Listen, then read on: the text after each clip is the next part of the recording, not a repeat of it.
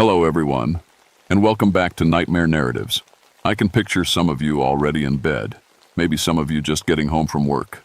Wherever you are, whatever time it is, I'm glad you're here. If this helps you relax or sleep, please like and subscribe. It means a lot.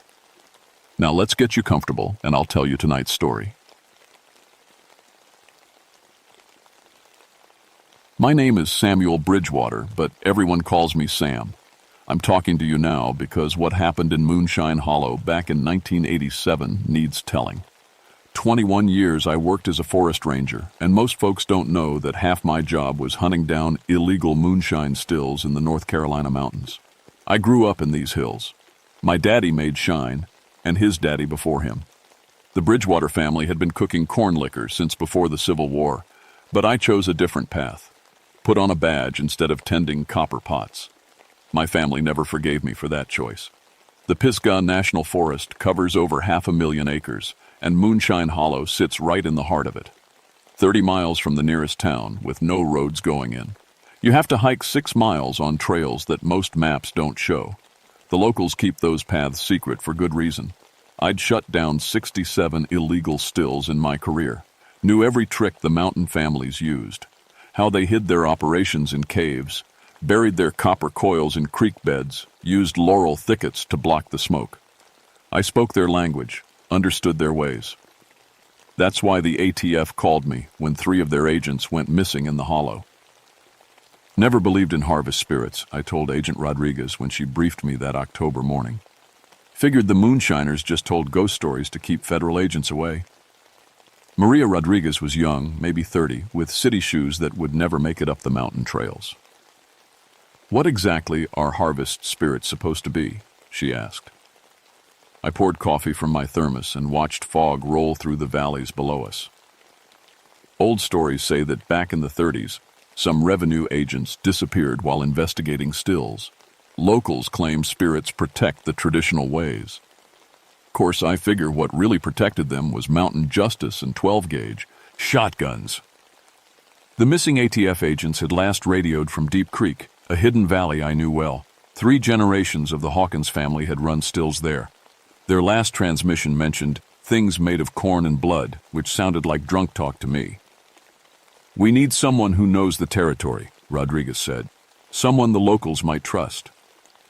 I strapped on my gear, badge, radio, Colt Detective Special, and enough water for a 2-day hike. The autumn air smelled of wood smoke and rotting leaves. Perfect weather for cooking shine. The morning mist hung thick in the hollows, which meant the moonshiners would be busy. Steam from their operations would blend right in. We hiked single file up the ridge trail. Rodriguez brought 2 more agents, city boys who breathed hard after the first mile. I tried to teach them to read sign. Broken twigs, scuff marks on rocks, places where deer paths got redirected around human activity. "How do you know where to look?" asked Agent Thompson, a tall kid with soft hands. "Same places I'd put a still," I said. "Near water, but not too near. Hidden from above, but with escape routes. And always where your family's been doing it for generations." The deeper we went, the quieter it got. Usually these woods buzzed with insects, squirrels chattering, birds calling. But as we climbed toward Deep Creek, even the bugs went silent. The only sound was our boots on wet leaves and Rodriguez trying not to breathe too hard. "Something feels wrong," she whispered when we stopped for water. I felt it too, but I'd learned not to trust feelings over facts. 21 years of police work teaches you that weird feelings usually mean you're missing something obvious. Still, the silence bothered me. Animals know things before people do. We found the first still around noon. It sat in a clearing beside Deep Creek, copper coils gleaming in the filtered sunlight. But no people, no fresh tracks, no warm ashes in the fire pit. "Looks abandoned," Thompson said. I knelt by the mash barrels. Still warm. Someone was here this morning. The setup was perfect. Professional-grade copper pot, clean tubing, good water source. But something was off. The corn mash bubbled and fermented without any heat source I could see. The smell was too strong, too sweet. like overripe fruit mixed with something else, something that made my stomach turn. "Where is everyone?" Rodriguez asked. That's when I noticed the patterns. Corn husks arranged in perfect circles around the still. Not random debris. Deliberate designs that hurt to look at directly. And the ground itself felt wrong under my boots. Too soft. Too wet. Like it was soaked with something thicker than creek water. "We should radio for backup," I said. Rodriguez tried her radio. Static. I tried mine. Dead air. "Equipment failure," Thompson said. "Mountains interfere with signals." But I'd been using radios in these hills for 21 years. They'd never failed like this before. And the silence was getting worse. Even our voices seemed muffled, like the air itself was too thick to carry sound properly. That's when we found the first barrel. It sat apart from the others, and when Rodriguez lifted the lid, we saw moonshine clear as water. But it moved wrong, flowed uphill along the barrel's edge, formed little whirlpools that spun against gravity. "Impossible," Thompson whispered. I'd seen a lot of impossible things in my career. Usually they turned out to be simple once you understood the trick. But I couldn't figure the trick here. The liquid definitely flowed upward, defying every law of physics I knew. "We need to get out of here," I said. But when we turned to leave, the trail was gone. The path we'd followed for hours had vanished like it never existed. We stood in a clearing surrounded by thick laurel that blocked every direction. That's when the real fear started. The laurel thicket around us looked like a solid green wall. No gaps, no broken branches to mark where we'd entered. It was like the forest had closed behind us like a trap. "This isn't possible," Rodriguez said, but her voice shook. "We came from that direction." She pointed at laurel so thick you couldn't push a stick through it. Thompson pulled out his compass. The needle spun in wild circles, never settling on a direction. "Equipment's going crazy." I'd hunted these mountains since I was 12 years old. Never got lost. Never. But standing in that clearing, I couldn't tell north from south. The fog seemed to be getting thicker, even though the sun was still high. "Stay together," I said. "We'll find a way out." That's when we heard the bubbling. It came from the still, but louder now. Like a pot boiling over, except the sound echoed wrong. Too deep. Too hollow. Rodriguez moved toward the barrels with her gun drawn. "Don't touch anything," I warned. Too late. She'd already reached for the wooden ladle beside the main pot. The moment her fingers touched it, the bubbling stopped. Complete silence. Even our breathing seemed too loud. Then something moved in the biggest barrel. At first I thought it was just the liquid settling, but moonshine doesn't move like that. It rose up from the barrel in a column, twisting and turning like a snake made of clear water. About 3 feet tall, with a shape that almost looked like a person if you squinted. "Jesus Christ," Thompson whispered. The liquid figure turned toward his voice. It had no face, but somehow I knew it was looking at us, studying us. The smell of fermented corn got stronger, mixed with something else, something rotten. Rodriguez raised her gun. "Federal agents, identify yourself." The thing made a sound like wet cloth being wrung out. Then it started moving toward us, flowing across the ground like spilled water, but keeping that twisted human shape. "Run!" I shouted. We scattered. I crashed, head through the laurel, branches tearing at my clothes. Behind me I heard Rodriguez screaming. Not fear. Pain. Real pain. I turned back and saw the liquid thing wrapped around her legs. Like living rope. Wherever it touched, her skin went pale. She was trying to kick free, but the creature just flowed higher up her body. Thompson fired his gun. The bullets passed right through the thing without slowing it down. Rodriguez's screams got weaker. The color was draining from her face like someone pulling the plug on a bathtub. I grabbed the nearest thing I could find, a broken tree branch, and swung it at the creature. My branch passed through empty air, but Rodriguez collapsed, her skin gray as old paper. The liquid thing flowed back toward the barrel, leaving Rodriguez crumpled on the ground. When I checked her pulse, her skin felt cold and rubbery, like touching a balloon. Her eyes stared at nothing. "Is she dead?" Thompson asked. I rolled her over and nearly threw up. Her back was covered with small holes like something had been drinking from her, but no blood. just empty spaces where something should have been. "We have to get out of here," I said. But the laurel was still there, still solid. And now we could hear more sounds from the other barrels. Bubbling, splashing. Like things were waking up. Thompson was crying. "This isn't real. This can't be real." I'd seen plenty of scared rookies over the years. Fear makes people stupid, and stupid gets you killed. But looking at Rodriguez's empty eyes, I was scared too. 21 years of law enforcement, and I'd never seen anything like this. "Listen to me," I told Thompson. "Whatever these things are, they're real. Rodriguez is dead. We need to focus on staying alive." More liquid shapes were rising from the barrels now, different sizes, but all with that same twisted human form. They moved like they were testing their bodies, learning how to use them. I remembered what the old-timers used to say about harvest spirits. They came from the corn mash itself, born from fermentation and old blood. I'd always figured it was nonsense, but nonsense doesn't kill federal agents. The largest shape, maybe 6 feet tall, turned toward us. This one was different, more solid, more human-looking. When it opened what might have been a mouth, I heard a voice like liquid being poured. "Revenuers," it said. "Always coming. Always dying." That voice. I knew that voice. "Granddaddy," I whispered. The thing tilted its head. "Little Sammy, chose the wrong side, didn't you?" My grandfather had died in 1933, shot by revenue agents while defending his still. I was raised on stories of Ezra Bridgewater, the best moonshine cook in 3 counties. But this wasn't him. This was something wearing his voice like a mask. "You're not real," I said. The creature laughed, and the sound was like water running down a drain.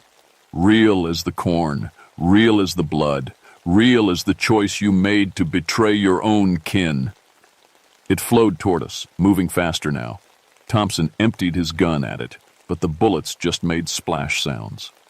The other shapes started moving too, surrounding us. I felt something cold touch my ankle. One of the smaller creatures had reached me. Where it touched, my leg went numb. I could feel it starting to drink. That's when I remembered what Granddaddy used to say about fighting fire with fire, and what kills moonshine faster than anything. I pulled out my cigarette lighter. "Thompson, your matches. Light anything that'll burn." The liquid thing on my ankle hissed and pulled back from the flame. They didn't like fire. That made sense. High-proof alcohol burns fast and hot. I grabbed a handful of dry leaves and lit them. The creatures moved back, making that wet cloth sound. But there were too many of them, and my little fire wouldn't last long. "The still," I shouted, "if we can destroy the source." But even as I said it, I knew we were in trouble. The shapes were getting more solid meats, or human-looking, and I was starting to understand what had happened to those missing ATF agents. They hadn't just died here, they'd become part of it. The creatures didn't like my little fire, but they didn't fear it either. They just moved back and waited, like they had all the time in the world. Thompson was hyperventilating, his hands shaking too bad to work his matches. "Breathe slow," I told him. "Fear will kill you faster than they will." But that wasn't true. Looking at Rodriguez's empty face, I knew these things killed plenty fast when they wanted to. The one wearing my grandfather's voice drifted closer to the edge of my firelight. "Put that away, Sammy. You'll only make it worse for yourself." "What do you want?" I asked. Same thing we always wanted. To be left alone. To make our shine in peace. Its voice got harder. "But you government boys never could do that, could you?" I kept the burning leaves high, but they were turning to ash in my hands. "You're killing innocent people." "Innocent?" The creature laughed. "Ain't nothing innocent about men who destroy a family's livelihood, about boys who turn their backs on their blood." Thompson finally got a match lit and started a small fire with some dried bark. The creatures pulled back another few feet, but I could see more shapes forming in the barrels behind them. We were buying time, not winning. "My granddaddy was a good man," I said. "You're not him." Your granddaddy died protecting what his father built, and his father before him. Died because revenue agents like your friends here came to destroy our way of life. The creature's face was getting clearer, more human. It looked like the old photographs I'd seen of Ezra Bridgewater, but wrong. Like someone had drawn him from memory in liquid. That was 50 years ago, I said. Time don't mean much when you're made of corn and rain and the blood of murdered kinfolk. It gestured to the other shapes. Every one of us died protecting these hills from your kind. That's when I understood. These weren't just random spirits. They were every me, moonshiner who'd died fighting federal agents. Every mountain man who'd been shot, beaten, or imprisoned for making corn liquor. All of them, somehow pulled back and given new form. Thompson's fire was getting bigger, and the creatures had backed off to maybe 20 feet. But I could see others moving in the trees beyond the clearing. We weren't fighting just the ones from the barrels. We were fighting generations of the dead. How many of you are there? I asked. Enough, the granddaddy thing said, and growing. Every time you government boys come up here, we get stronger. A new shape emerged from the tree line. This one still looked human, mostly. It wore ATF gear and had Rodriguez's face, but its eyes were empty holes and moonshine dripped from its mouth. Maria? Thompson whispered. The Rodriguez thing tilted its head. Still warm, it said in her voice. Still got some life left to give. Thompson screamed and ran toward the trees. 3 shapes flowed after him like hunting dogs. I heard him crashing through the laurel, then a wet sound, then silence. Your friend's going to make fine shine, the granddaddy thing said. Sweet blood, city soft. Won't take long to cook him down. My fire was dying. The creatures were moving closer, and I was starting to feel something strange in my head. A pulling sensation, like being drunk but wrong. You're trying to get inside my mind, I said. Course we are. Easier that way. Less fighting. The thing's voice was getting more like my real grandfather's. Just let go, Sammy. Join the family business like you should have years ago. I could feel it working, my thoughts getting fuzzy. The creatures didn't look so scary anymore. The moonshine smell was starting to seem pleasant instead of sickening. But then I thought about Rodriguez, about her empty eyes and the holes in her back, about Thompson's screams cutting off too quick, about the 3 missing ATF agents who were probably wandering around here somewhere, turned into moonshine monsters. I lit my last handful of leaves and backed toward the still. If I could damage their source, maybe I could hurt them. Maybe I could get out alive and warn people. Don't make us take you the hard way, the granddaddy thing said. You already took me the hard way, I said, 21 years ago when I put on this badge. I threw my burning leaves at the nearest barrel. The flames spread across the surface of the moonshine like gasoline. The creatures shrieked, not like voices, but like steam escaping from a pot. The burning barrel tipped over, spilling flaming alcohol across the ground. Where it touched, the liquid shapes dissolved. But there were so many more. I grabbed a piece of burning wood and ran to the next barrel. The creatures were trying to stop me, but they couldn't get close to the flames. For a moment I thought I might actually make it. Then something cold wrapped around my ankle. I looked down and saw a small shape, maybe the size of a child. It looked like Thompson, but made of clear liquid. It smiled with his face and said, "Help me, Sam. They're trying to cook me." The Thompson thing was just a distraction. While I stared at it, something else grabbed my wrist. The Rodriguez shape, still wearing her badge, still looking mostly human, except for the moonshine leaking from her empty eye sockets. "Time to join the family," she said in Maria's voice. I felt the cold spreading up my arm. My vision started to blur. The world was turning soft and liquid around the edges. I was becoming like them. But I still had the burning stick in my other hand. I jammed it right into the Rodriguez thing's chest. It screamed and let go, flowing backward like spilled water. But more creatures were coming. Too many to fight with just fire. That's when I saw him. A real person, not made of liquid. An old mountain man with a long gray beard standing at the edge of the clearing. He wore overalls and carried a shotgun that looked older than me. Why? "Al Bridgewater's boy," he called. "Yes," I shouted back. "Then you best remember who you really are." He fired his shotgun at the nearest barrel. But instead of regular shells, what came out was pure flame, like a flamethrower made from moonshine and gunpowder. The creature screamed and flowed away from the fire. The old man reloaded and fired again, this time at the copper still itself. The whole thing went up like a bomb. "Name's Billy Hawkins," he said, walking into the clearing. "Been hunting these things for 30 years. "I thought you were dead," I said. Billy Hawkins was supposed to be the informant who'd called in about the illegal stills. "I am dead," he said. "Died 3 days ago. They got me, same as they got your friends. But I ain't ready to become one of them just yet." Looking at him closer, I could see he was right. His skin was pale as moonlight, and moonshine dripped from the corners of his mouth. But his eyes were still human, still fighting. "How long do you have?" I asked. "Not long, but maybe long enough to get you out of here." He fired his shotgun again, clearing a path through the creatures. "You remember the old stories your granddaddy told about the harvest spirits?" "Some." "Then you know how to stop them. Permanently." The creatures were regrouping, flowing back toward us. The granddaddy thing looked angry now, less human, and more like living alcohol. "What do I have to do?" I asked. Billy smiled, but moonshine ran from between his teeth. "Same thing your granddaddy should have done 50 years ago. Make a choice between family and what's right." That's when I understood what he meant, and why the creatures had been so interested in me specifically. This wasn't just about stopping illegal moonshine operations. It was about ending something that should never have started, something that had been growing in these mountains for generations, fed by blood and corn and the anger of the dead. But to stop it, I was going to have to do something that went against everything I'd believed about myself for 21 years. I was going to have to become a moonshiner again. Billy Hawkins handed me a mason jar filled with clear liquid. But this moonshine was different.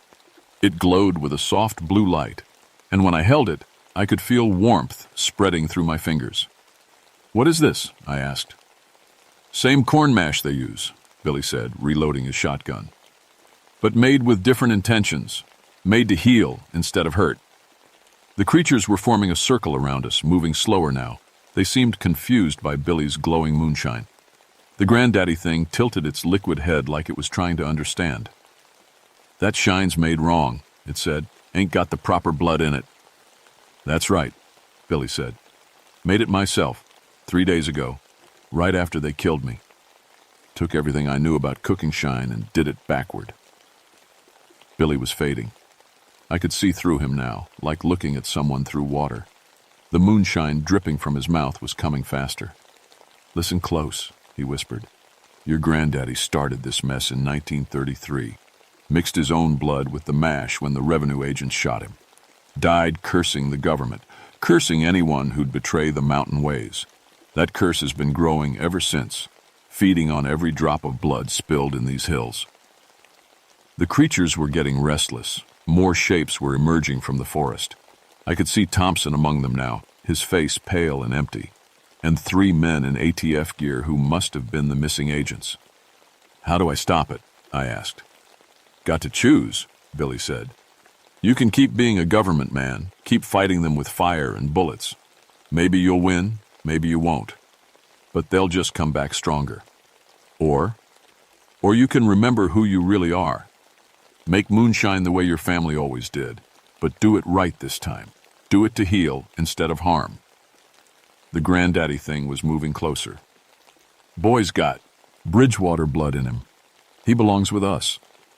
"No," I said. "I chose my path 21 years ago." But even as I said it, I knew Billy was right. I'd been fighting my own nature for decades, fighting the part of me that understood corn and copper and the old ways, fighting the part that knew making good shine was as much art as science. "Your choice," Billy said, "but choose fast. I can't hold them much longer." He fired his shotgun again, but this time only regular flame came out. His special ammunition was gone, and so was most of him. I could barely see his outline now. The creatures rushed forward. I opened Billy's mason jar and took a drink. The liquid burned like regular moonshine, but it burned clean, like drinking sunlight instead of poison. And suddenly I could see things differently. The creatures weren't just made of corn mash and blood, they were made of pain. Generations of mountain people who'd died defending their way of life, who'd been twisted by anger and loss into something monstrous, including my grandfather. "Granddaddy," I said to the thing wearing his face, "you were a good man, but this ain't you anymore." "I'm what they made me," it said. "What you helped make me by choosing their side over your own blood." "No," I said. "You're what hate made you. What happens when good people get so angry they forget how to be good?" I pulled out the other thing Billy had given me, a copper coil, small enough to hold in one hand. It was warm to the touch and seemed to hum with its own energy. "This is from the first still your granddaddy ever made," Billy whispered, almost gone now. "Before the blood, before the anger, when he just wanted to make something good from corn and water and time." The creatures stopped moving. They were staring at the copper coil like it hurt them to look at. "Where did you get this?" I asked Billy's fading ghost. "Been carrying it for 30 years. Your granddaddy gave it to me the night before he died. Said if things went bad, if the government came for him, I should make sure someone in the family knew how to make proper shine that built people up instead of tearing them down." I understood now. I'd spent 21 years fighting against everything my family stood for. But they'd never stood for making monsters. They'd stood for taking simple corn and turning it into something that brought people together, that warmed them on cold nights, that celebrated life instead of death. The creatures were backing away from the copper coil, but they couldn't seem to leave. Something was holding them here. "The curse," I said. "How do I break it?" Billy smiled, and for a moment he looked solid again. "Same way it was made, with blood and intention. But this time, choose love instead of hate." I bit my thumb until it bled, then let the blood drop onto the copper coil. It hissed like water on hot metal. "I choose to remember what my family really taught me," I said out loud. "Not the anger, not the hate, the skill, the tradition, the care." The coil grew brighter. The creatures made sounds like steam escaping. "I choose to make moonshine that heals instead of hurts, that brings people together instead of driving them apart." The granddaddy thing was changing, becoming less solid. "Sammy, is that you?" For a moment, his voice sounded right. Sounded like the grandfather I remembered from old stories, not the twisted thing that had been hunting me. "Yes, sir," I said. "It's me. I'm sorry, boy. So sorry. The anger it got so big. Bigger than love. Bigger than family. Bigger than everything good I ever tried to be." The other creatures were changing too. Becoming more human, more themselves. I could see Thompson looking confused, like he was waking up from a bad dream. The ATF agents seemed to be remembering who they were. "Can you forgive me?" my grandfather asked. "Already have," I said. "Can you forgive me?" He smiled, and for a moment he looked exactly like the photograph. "There's nothing to forgive, Sammy. You chose your own path. That's what a man's supposed to do." The copper coil was glowing so bright now I could barely look at it. The clearing filled with warm light, and one by one the creatures began to fade. Not dissolving like before, but fading like people walking away into sunlight. "Thank you," my grandfather said as he disappeared. "Thank you for remembering." When the light faded, I was alone in the clearing. The stills were gone. The barrels were gone. Even the strange cornhusk patterns had vanished. But Rodriguez was still dead. Thompson was still dead. The 3 missing agents were still dead. Some things, even magic moonshine can't fix. Billy Hawkins appeared one last time as I gathered the bodies of my colleagues. He was almost transparent now, more memory than ghost. "It's done," he said. "The curse is broken, but the dead stay dead." "I know," I said. "Will they come back? The harvest spirits? Not like they were. The anger's gone out of them." But the mountains will always have their secrets, always have their guardians. He smiled. Maybe kinder ones now. It took me 2 days to hike out of the hollow with the bodies. When I radioed for help from the ridge, I told them we'd been ambushed by moonshiners defending their operation. Told them Rodriguez and Thompson and the others had died in a firefight, that the criminals had escaped deeper into the mountains. No one questioned my story. Dead federal agents needed explanations that made sense in reports and courtrooms. Truth about harvest spirits and family curses wouldn't help anybody. I retired from the Forest Service 6 months later. Bought a small cabin in the foothills, as far from Moonshine Hollow as I could get while staying in North Carolina.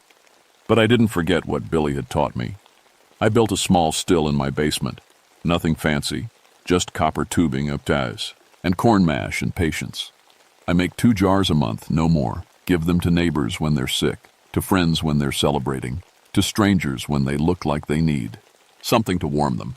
It's good moonshine, clean and smooth and healing. Sometimes people ask where I learned to cook shine so well. I tell them it's a family recipe. Every morning when I make coffee, I add just a drop of my moonshine to the cup. Just 1 drop. It tastes like sunshine and corn silk and forgiveness.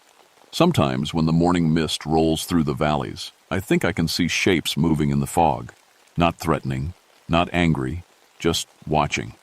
Making sure the mountains and the people in them are safe. Last month, a young ATF agent came to my door. She wanted to know about the incident in Moonshine Hollow. Said they were reopening the investigation, looking for new leads. Nothing new to find, I told her. Those moonshiners are long gone. But the operation, she said. There's no way they could have just vanished. Equipment like that doesn't disappear. I poured her a cup of coffee with just a tiny drop of my homemade shine. She drank it without knowing what it was. Mountains are strange places, I said. Things don't always work the way they do in the city. Sometimes the best thing a federal agent can do is know when to let sleeping dogs lie. She left after that, looking thoughtful. I watched her drive away and wondered if she'd ever find her way to Moonshine Hollow, wondered what she'd find there if she did. Because Billy was right about the mountains having guardians, and I think I know who the new ones are. Last week I hiked back to Deep Creek for the first time since 1987. Found the clearing where everything happened. It's peaceful now, green and quiet and normal, but there's a small spring there that wasn't there before. The water tastes like the sweetest moonshine you ever had, but it doesn't make you drunk. It makes you remember what's important. Family, tradition. The difference between building something good and letting anger turn it into poison. I filled a jar from that spring and brought it home. Keep it on my kitchen table next to the family photos. Sometimes I drink from it when I'm feeling lost or angry or too much like a government man instead of a mountain boy. It helps me remember who I really am. Samuel Bridgewater, son of moonshiners, keeper of old ways made new, guardian of secrets that keep the mountains safe. My name is Samuel Bridgewater, and I'm telling you this story for a reason. Because someday, some young federal agent is going to go looking for trouble in places where trouble has deep roots and long memories. When that happens, I hope they remember that some traditions are worth preserving, that some families have been making peace with these mountains for longer than the government has existed, and that sometimes the best way to enforce the law is to understand why people break it in the first place. The harvest spirits are gone, but the harvest continues, and I'm still here, making sure it's done right. Every morning, 1 drop at a time.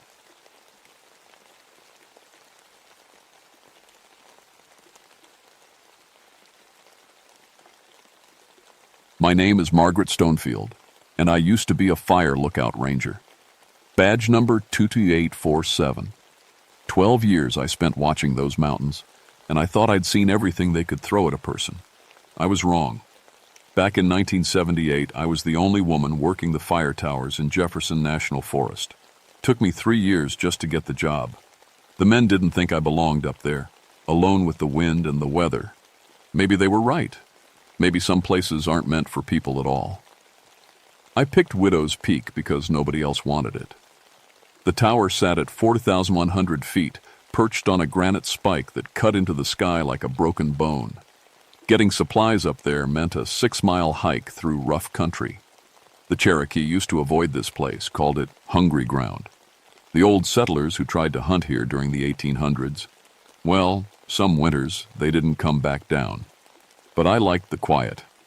After Daniel died in Vietnam, I needed somewhere the world couldn't reach me. The peak gave me that. Just me, my radio, and miles of empty forest stretching in every direction. I had my routine down perfect. Every morning at 6, I'd climb the metal stairs to the observation deck and check my equipment. The Osborne firefinder helped me spot smoke and calculate distances. Weather readings went out twice a day.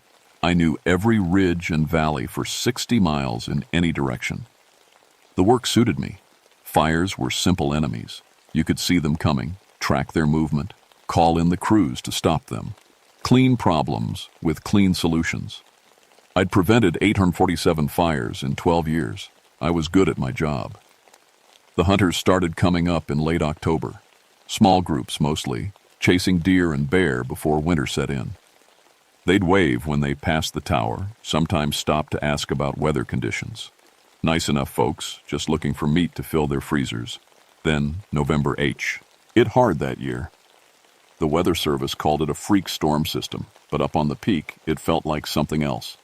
The temperature dropped 30 degrees in one night. Snow came down thick and fast, earlier than anyone expected. By November 15th, I was completely cut off. That's when the radio calls started coming in. Fire Tower 7, this is Sheriff Hawkins. You got 4 hunters up your way who didn't come home last night. Party led by Jake Morrison, supposed to be back by sunset yesterday. I knew Jake. Big man, friendly smile, been hunting these mountains for 20 years. He wouldn't get lost, and he sure wouldn't leave his truck parked at the trailhead if something hadn't gone wrong. Copy, Sheriff. Weather's been brutal up here. You want me to take a look? Appreciate it, Margaret. Their camp should be about 2 miles north of your position, near the old lightning-struck oak. I knew the spot. Sheltered depression, good water source, the kind of place smart hunters would pick. I loaded my pack with emergency supplies and headed out into the snow. The forest felt wrong from the moment I left the tower. Too quiet. No bird sounds, no squirrel chatter, nothing. Just the crunch of my boots and the whisper of snow falling through bare branches. Even the wind seemed to be holding its breath. I found their camp after an hour of hard walking. The tents were still standing, but something made the hair on my neck stand up. The snow around the camp was all churned up, stained dark in patches. Looked like a fight had happened. Inside the largest tent, I found the first sign of real trouble. Sleeping bags torn open, camping gear scattered everywhere, and bones.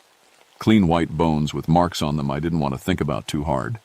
But it was the pot over their dead fire that really got to me. Still had meat in it. And the way it was arranged, like someone had been.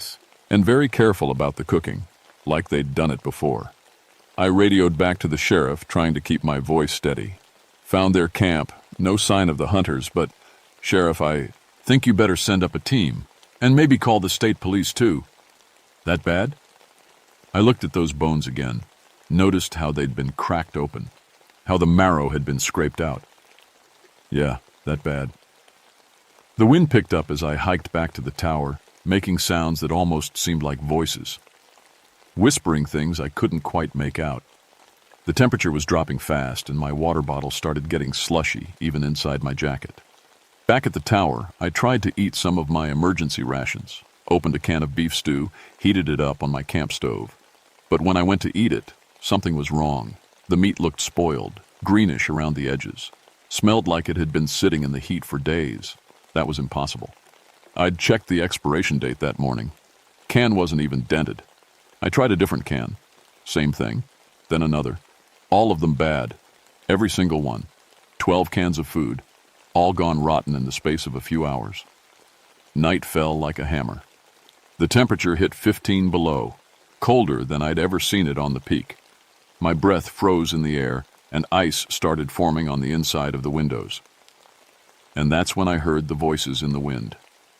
Soft at first, like people talking far away. But as the night went on, they got clearer, closer. They were talking about food, about how hungry they were, about how long it had been since they'd had a proper meal. I told myself it was just the wind through the trees, mountain acoustics playing tricks. But deep down, I knew better. Something was very wrong on Widow's Peak, and I was trapped up there with it. The second call came in just after dawn. Fire Tower 7, we got another problem. Sheriff Hawkins sounded tired, like he hadn't slept. Got a second hunting party that went radio silent yesterday afternoon, Tom Bradley's group. 4 men, good hunters, all local boys. My stomach dropped. Dead 2 groups, 8 men total, all missing in the space of 2 days. Sheriff, maybe you shouldn't send anyone else up here until already got Deputy Hartwell heading your way with a search team. Should reach you by noon. Tom Hartwell, good man, steady as they come. I'd worked with him before on lost hiker calls. If anyone could handle whatever was happening up here, it was Tom. But something told me this was bigger than lost hunters. I spent the morning trying to make sense of what I'd found at Jake Morrison's camp. The bones bothered me most. They were too clean, scraped too carefully, and the way they'd been arranged around that cooking pot, it looked almost ceremonial. The Cherokee stories came back to me. The old ones about wendigos, creatures that were once human but got twisted by hunger and cold, turned into something that could never be satisfied, no matter how much it ate. I'd always figured those were just stories to keep people from starving to death in bad winters, warnings about what desperate people might do to survive. Maybe I'd figured wrong. Around 11, I spotted movement on the trail. Tom Hartwell and 3 other men working their way up through the snow. I felt a little better seeing them. 4 armed men, all experienced woodsmen. Whatever was happening up here, they could handle it. I met them at the base of the tower. Tom looked grim, older than his 40 years. The cold had gotten to all of them. Their faces were red and raw, ice forming in their beards. "Bad business up here, Margaret," Tom said, shaking snow off his boots. "Found Bradley's camp about a mile down the trail, same mess as the Morrison group. Bodies? Parts of them." He looked sick. "Whatever got them, it wasn't a bear. Bears don't arrange things." One of the other men, Jerry Mullins, spoke up. He was young, maybe 25, new to the force. "Never seen any of this thing like it. Looked like they turned on each other, like they went crazy all at once." "Cabin fever," said the third man, an older deputy named Frank Collins. "Happens sometimes. People get trapped in the cold, they start thinking strange things." But Tom shook his head. This was different. The tracks in the snow, they were hunting each other, like predators. I led them up into the tower, got the camp stove going to make some coffee. The warmth felt good, and the men started to relax a little. We spread out my maps, marked where both camps had been found. "So we got 8 missing hunters," Tom said, studying the map. "All experienced men, all well-equipped. And we got evidence they turned on each other in both cases." "What about animal attacks?" Jerry suggested. "Mountain lion, maybe? Could drive people to panic." Frank laughed, but it didn't sound happy. "Mountain lion didn't cook anybody in a pot, son." That's when I noticed something wrong. I'd put out food for the men, crackers, some canned meat, coffee, standard search and rescue stuff. But none of them were eating. They kept looking at the food, then looking away real quick. "You men hungry?" I asked. Tom rubbed his stomach. "Starving, actually. Haven't eaten since yesterday, but that stuff..." He gestured at the crackers. "Doesn't look right somehow." I picked up a cracker, examined it closely. Looked fine to me. But when I brought it close to my nose, I caught a whiff of something rotten. Something dead. Jerry tried to drink his coffee, made a face, and put the cup down hard. "Tastes like it's got blood in it." "Mine too," Frank said. "What kind of water are you using up here, Margaret?" I'd been drinking the same water for 3 days. Tasted fine to me, but I watched these 4 grown men stare at perfectly good food like it was poison, and something cold crawled up my spine. "Maybe we should head back down," I said. "Get you men to a doctor, make sure you're not coming down with something." Tom started to answer, but then his radio crackled to life. Dispatch calling with an emergency. "All units. TS, we got a distress call from the mountains. Hunting party of 6, requesting immediate assistance. They're..." They're saying their group is attacking each other. Coordinates putting them about 3 miles northeast of Fire Tower 7. 6 more hunters. Third group in 3 days. Tom keyed his radio. This is Deputy Hartwell. We're on scene at the tower. Can you patch us through? Static filled the air for a long moment. Then a voice came through, rough and desperate. Help us! God, please help us! They're eating... Johnson's eating Miller's arm, and he's still alive, and he won't stop, and... The transmission cut to static. We all looked at each other. Frank's face had gone white. Jerry was shaking, and not from the cold. Tom keyed the radio again. Unit calling for assistance, please respond. What is your exact location? More static. Then, the hunger. Oh God, the hunger won't stop. It hurts so much. I can smell them cooking and it smells so good and I want... Silence. Tom tried calling back but got nothing. The radio frequency had gone dead. We need to get down there, he said, standing up. Those men need help. But I grabbed his arm. Tom, think about this. 3 hunting parties in 3 days. All the same story. All the same symptoms. What are you saying? I'm saying maybe we're not dealing with crazy hunters. Maybe we're dealing with something that makes people crazy. Frank snorted. Like what? Some kind of disease? Like something hungry, I said. Something that's been up here a long time, waiting for the right conditions. That's when we heard the first howl. It came from somewhere down the mountain, echoing off the rocks and trees. But it wasn't any animal I'd ever heard. It sounded almost human, but wrong, like someone screaming and laughing at the same time. Jerry went to the window, pressed his face against the glass. There's something moving down there. Multiple contacts, coming up the trail. I joined him at the window. Through the swirling snow, I could see dark shapes moving between the trees. They moved wrong, too fast and too fluid, and there were too many of them. Tom, I said quietly, we need to get out of here, right now. But when I turned around, Tom was staring at me with an expression I'd never seen before. His eyes were different somehow, hungrier. Margaret, he said in a voice that didn't quite sound like his own. You've been up here all alone for so long. You must be so tender. I backed away from Tom, my hand moving to the pistol on my hip. But Frank and Jerry were between me and the stairs, and they had that same look in their eyes, that hungry, predatory stare. Easy, Margaret, Frank said, licking his lips. We're not going to hurt you, much. Outside, the howling got closer, more voices joining in, creating a chorus that made my teeth ache. Through the window, I could see the shapes moving up the mountain. They looked like people, but they moved like wolves. Tom took a step toward me. Do you know how long it's been since we ate? Really ate? The hunger is so strong up here. It gets into your bones, makes you think about things you never thought about before. Tom, you ate 6 hours ago, I said, trying to keep my voice steady. You had lunch before you came up here. He laughed, and the sound was wrong, too sharp, too wet. Did I? I can't remember.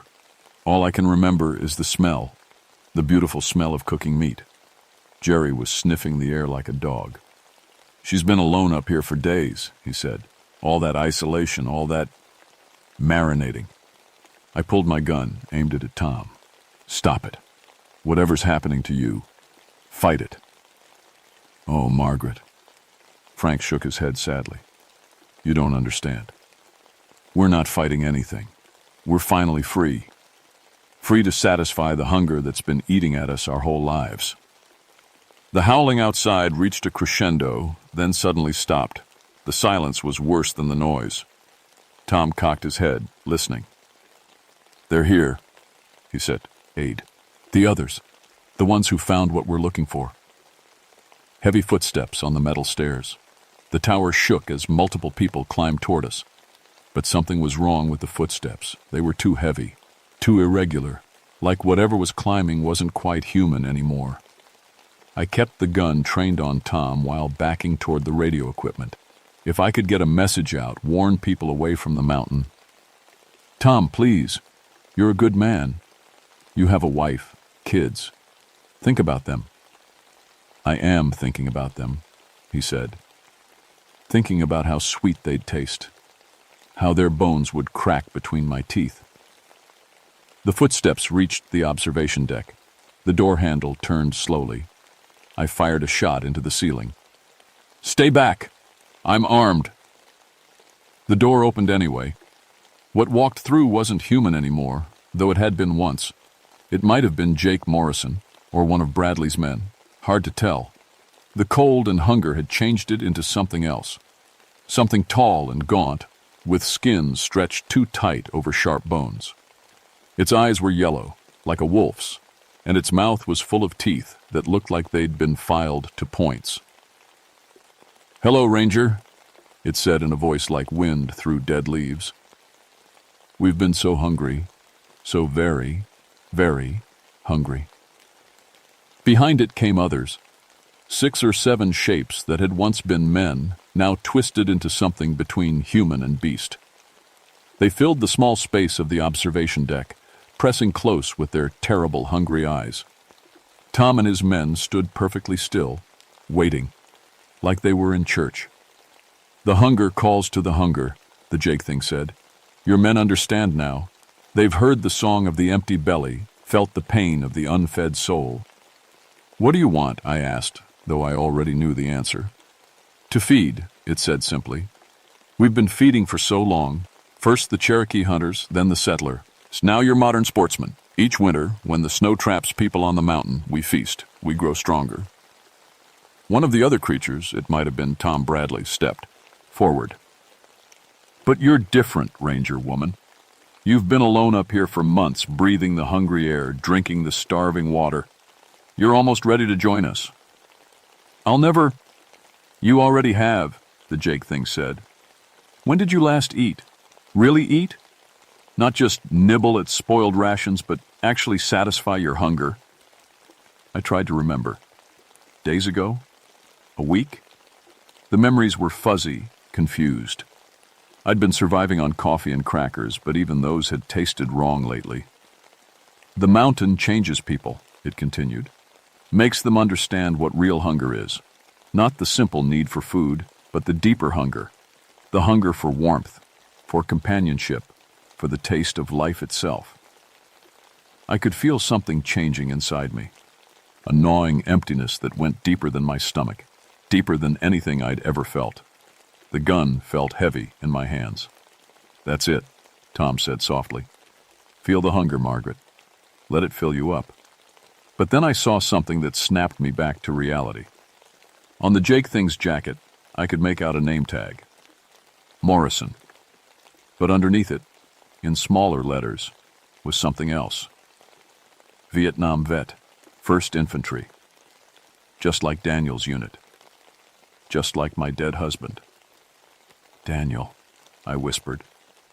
The Jake thing tilted its head. "Yes, we know your pain, Ranger woman. The hunger of loss, the hunger of grief.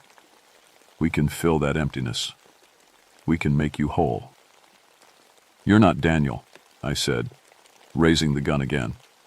"And you're not Jake Morrison. You're just hungry ghosts wearing dead men's faces." The Jake thing smiled, showing those pointed teeth. "Maybe, but we're also the only company you'll find up here." That's when I realized the truth. I was surrounded. The creatures blocked the door. Tom and his men blocked the stairs, and outside, the howling had started again. They were calling to others, summoning more of their kind. I was trapped 70 feet, hid up in a fire tower with nowhere to run, and not enough bullets for all of them. "Choose quickly," the Jake thing said. "Join us willingly, and the transformation will be easier. Fight us, and we'll make you one of us anyway. But it will hurt so much more." I thought about Daniel, about the life we'd planned to have together, about the children we'd never had, the home we'd never built, about all the hungry, empty years since he'd died. Maybe they were right. Maybe this was better than being alone. Then I smelled smoke. The smell was faint at first, barely noticeable under the stench of death and hunger that filled the observation deck. But I'd spent 12 years watching for fires. I knew that smell better than my own name. Something was burning down the mountain. Something big. The creatures noticed it too. The Jake thing's yellow eyes widened and it let out a sound somewhere between a hiss and a whine. "Fire," it said. "There's fire on the mountain." I remembered what my grandmother used to say about wendigos back when I was little, and she'd tell Cherokee stories on winter nights. "Fire kills the hunger," she'd whisper. "Burns it clean away, sends the spirits back to the empty places where they belong." I'd thought they were just stories. The smoke smell got stronger. Through the windows, I could see an orange glow rising from the valley below. The wind was picking up, pushing the fire uphill toward the tower. The creatures started getting agitated. They moved away from the windows, pressing together in the center of the room. Their confident hunger was replaced by something that looked almost like fear. "We need to leave," Tom said, but his voice sounded more like himself now. The hungry look in his eyes was fading. "Margaret, we need to get out of here." "The fire won't reach us up here," Frank added, and I could hear confusion in his voice, like he was waking up from a bad dream. "Will it?" But I was thinking about the propane tanks I kept for heating and cooking, about the radio equipment with its old electrical wiring, about 12 years of accumulated supplies and materials, about the emergency flares in my equipment locker. The Jake thing read my expression and snarled. "Don't even think about it, Ranger woman. Fire may hurt us, but we'll take you with us." "Maybe," I said, backing toward the equipment locker. "But you know what? I've been alone on this mountain for months, and I just realized something. I'm not hungry anymore." That was true. For the first time in days, maybe weeks, my stomach felt full. Not with food, but with purpose. With the knowledge of what I had to do. I yanked open the locker and grabbed a handful of emergency flares. Military surplus, the kind that burn at 2,000 degrees for 15 minutes. Hot enough to melt steel. "Fire purifies," I said, pulling the first flare's ignition cord. "Burns away the hunger, leaves only what's real." The flare burst to life with a brilliant red light. The creatures screamed and pressed back against the far wall. Even Tom and his men cringed away from the intense heat. I could see them changing, the unnatural hunger leaving their faces. Jerry collapsed to his knees, looking around in confusion. Frank grabbed his head like he was fighting a terrible headache. But the Jake thing and the other fully transformed creatures weren't giving up that easily. They rushed toward me, claws extended, teeth bared. I threw the flare at the nearest one. It hit the creature in the chest and stuck there, burning through its jacket and into the dried-out flesh underneath. The thing shrieked and went up like a torch, filling the small space with the smell of burning meat. "The propane!" I yelled to Tom, who seemed to be himself again. "Get everyone downstairs now!" He understood immediately. Started pushing Frank and Jerry toward the stairs, half carrying them as they stumbled and moaned. The fire down the mountain was getting closer, and the wind was turning into a howl. I lit 2 more flares and threw them at the remaining creatures. They dodged, but the flares hit my equipment and supplies, setting everything ablaze. The observation deck filled with smoke and heat. The Jake thing made one last, desperate charge at me. Its claws raked across my arm, tearing through my jacket and into the skin underneath. But the touch burned it too, and it pulled back with a cry of pain. "This isn't over," it hissed. "The mountain will always be hungry. Always waiting." "Maybe," I said, lighting my last flare. "But not today." I threw it into the pile of burning equipment and ran for the stairs. The explosion came just as I reached the ground level. The propane tanks went up with a roar that shook the entire tower. Fire erupted from the observation deck, sending burning debris in all directions. Through the smoke and flames, I could hear the creatures screaming. Not the hungry howls from before, but sounds of genuine pain and fear. The sounds of things that knew they were dying. Tom and his men were waiting at the base of the tower, supporting each other as they stumbled away from the flames. They looked sick and confused, like people waking up from a fever dream. "What happened to us?" Jerry asked. "I remember coming up here, but then it's all fuzzy." "Food poisoning," I said quickly. "Bad water. Happens sometimes in the mountains. It wasn't true, but it was better than the truth. Some things people aren't meant to understand. The fire from the valley had reached the base of the peak now, driven by the wind into a full-scale forest fire. We had to move fast, or we'd be trapped. As we headed down the trail, I looked back once at the tower. It was completely engulfed now, a pillar of flame against the dark sky. Inside that fire, I knew the last of the hunger spirits were burning away. But the Jake thing's final words echoed in my head. The me. Mountain will always be hungry. I hoped it was wrong. I was afraid it was right.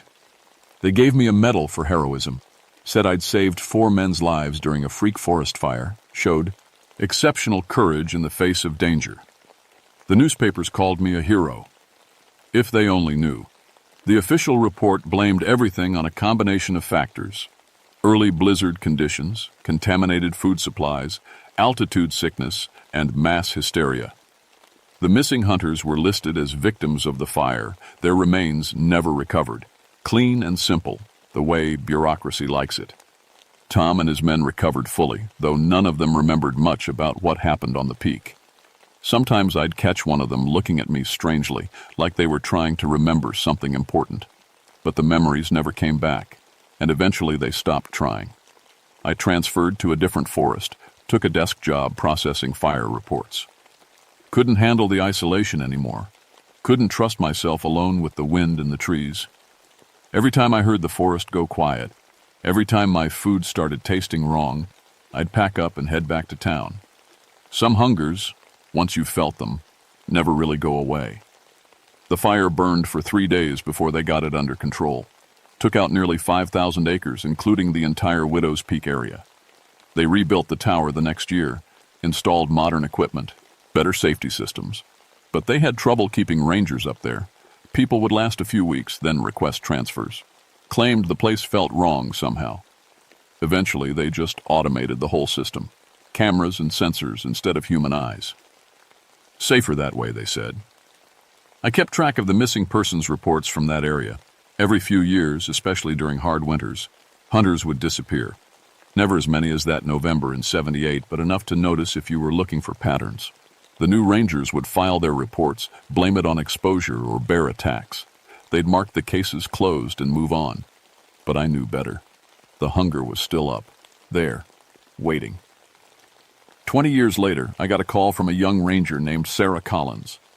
She'd been assigned to patrol the Widow's Peak area, and she had questions about the old tower, about what had really happened that winter. "I've been reading the files," she said. "There are things that don't add up, things that don't make sense." "Some things aren't supposed to make sense," I told her. "Some things are just dangerous. But if there's something people should know..." "There is," I said. "Stay away from Widow's Peak during the winter. Don't camp alone. And if your food starts tasting wrong, if the forest goes too quiet, get out immediately." That's not very scientific advice.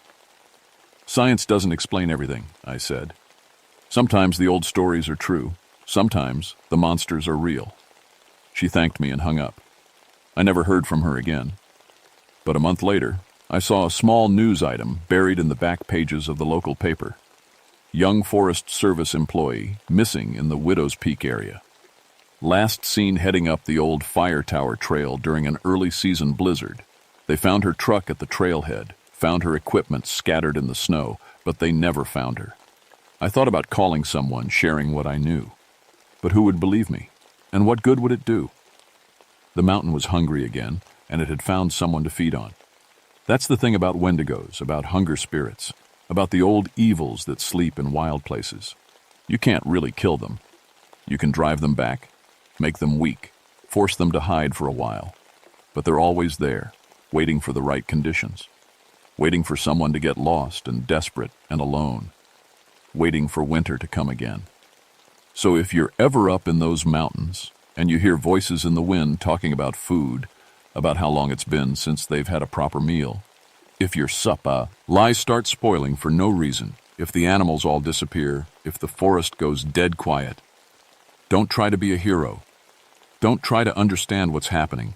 Just run and pray the hunger doesn't follow you home. My name is Margaret Stonefield, former Fire Lookout Ranger, badge number 2847. I've seen 847 fires in my career, helped fight most of them, saved thousands of acres of forest. But some fires aren't meant to be fought. Some fires are meant to burn, to cleanse, to hold back things that are worse than any wildfire. I keep matches in every room of my house now, emergency flares in my car. When the nights get long and cold, when I hear sounds outside that might be wind but might be something else, I light candles and remember the heat that drove the hunger away. Fire purifies. Fire protects. And sometimes, fire is the only thing standing between us and the dark, hungry places where monsters wait to feed. The mountain remembers. The hunger endures. But fire is eternal.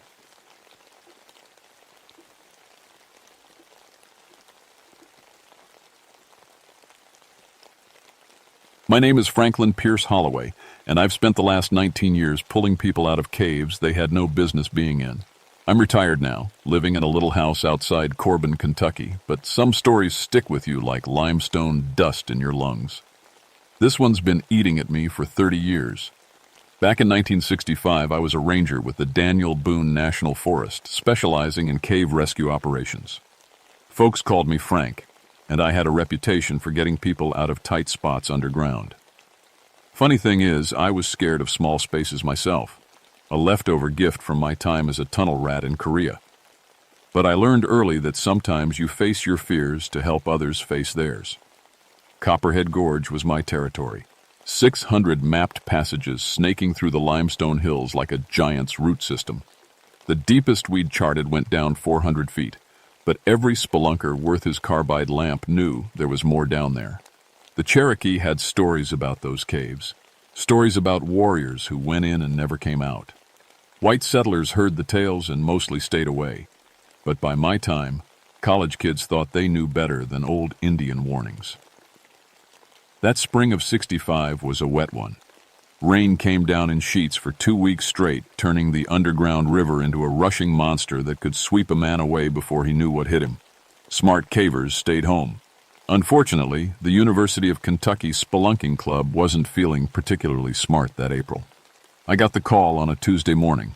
7 college students had gone into the Copperhead system the day before. Only one came out, and he was babbling about things that crawled wrong. Sheriff Briggs found the kid wandering Highway 27 in his underwear, hypothermic and talking nonsense about creatures in the walls.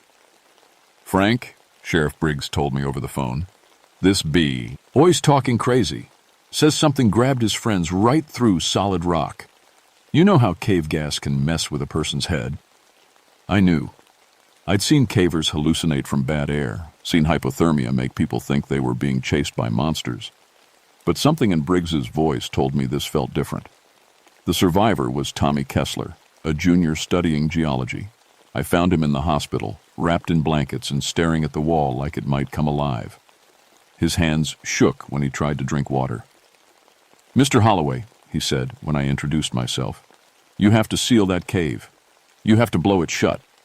Son, 6 of your friends are still down there. We're going to get them out." Tommy grabbed my arm with surprising strength. "No, sir, they're not down there anymore. They're in the walls now. The crawlers took them into the stone." I'd heard stranger things from shocked cavers, so I patted his shoulder and promised we'd find his friends. That was my first mistake. The cave entrance sat 3 miles off the main road, down a logging trail that barely deserved the name. Old-growth pines crowded around the opening like they were trying to hide it. The mouth of the cave was about 6 feet high and 10 feet wide, big enough for easy entry, which made it popular with amateur cavers. I'd been in Copperhead Gorge dozens of times over the years. It was a beautiful system, full of flowstone formations and underground pools that reflected your carbide flame like mirrors. The main passage ran straight back for about 200 yards before branching into smaller tunnels. Most were easy crawls, nothing that should challenge experienced cavers. But standing there that Tuesday afternoon, something felt wrong. The air coming out of the cave was too warm, and it carried a smell I couldn't place, like wet stone mixed with something organic, something dead. My partner, too. That day was Deputy Ray Clark, a part-time cave rescue volunteer who'd been underground with me a dozen times. Ray was good people, steady hands, calm head, never panicked in tight spots. He noticed the smell, too. "Dead bat colony, you think?" he asked, checking his gear. "Maybe." I tested my carbide lamp, making sure the flame burned bright and clean. But bats don't usually die off this time of year. We entered the cave at 2:30 in the afternoon, following standard protocol. Test the air, check for loose rock, establish radio contact with the surface team every 15 minutes. The main passage looked normal. Limestone walls carved smooth by centuries of water flow, ceiling high enough to walk upright without ducking. But the acoustics were wrong. Our voices echoed strangely, like the sound was bouncing off spaces that shouldn't exist. And our carbide flames, which should have burned steady in the still cave air, kept flickering like something was moving just out of sight. We found the first sign of the missing cavers about 300 yards in. Tommy Kessler's backpack sitting neatly against the wall like someone had placed it there carefully. Too carefully. Inside were his spare carbide, some candy bars, and a note that made my blood run cold. "If anyone finds this, don't follow the scratching sounds. They want you to follow. TK." Ray read over my shoulder. "What scratching sounds?" That's when we heard it. A soft scraping noise coming from somewhere to our left, except there was solid limestone wall to our left. The sound was coming from inside the rock. I've been underground enough to know that caves play tricks with sound. Echo chambers can make a dropped pebble sound like thunder. Air moving through cracks can whistle like a scream. But this scratching noise was different. It had rhythm, purpose, like something was trying to claw its way out, or in. "Could be roots," Ray said, but his voice had that careful tone people use when they're trying to convince themselves of something. "Tree roots growing through the limestone." "Tree roots did Tom see." "On scratch, Ray." We followed the main passage deeper, looking for any sign of the missing students. The cave branched off into smaller tunnels, and we marked each one with chalk, standard practice to avoid getting turned around. But as we worked, that scratching sound followed us. Always from inside solid rock, always just out of sight. 200 yards farther in, we found something that stopped us cold. 5 backpacks arranged in a perfect circle on the cave floor. Their contents spread out in neat patterns around them. Rope coiled in spirals. Carbide lamps placed at exact intervals. Food arranged by size and type. "No way cave-in survivors did this," Ray whispered. I knelt beside the nearest backpack. It belonged to Sarah Beth Coleman, according to the university ID inside. Her emergency contact was listed as her mother in Louisville. I was going to have to call that woman and tell her, what? That her daughter had vanished into solid rock? The scratching sound grew louder, and now it was coming from multiple directions, above us, below us, from the walls on both sides. Ray grabbed my shoulder. "Frank, look at the ceiling." I pointed my carbide flame upward and felt my stomach drop.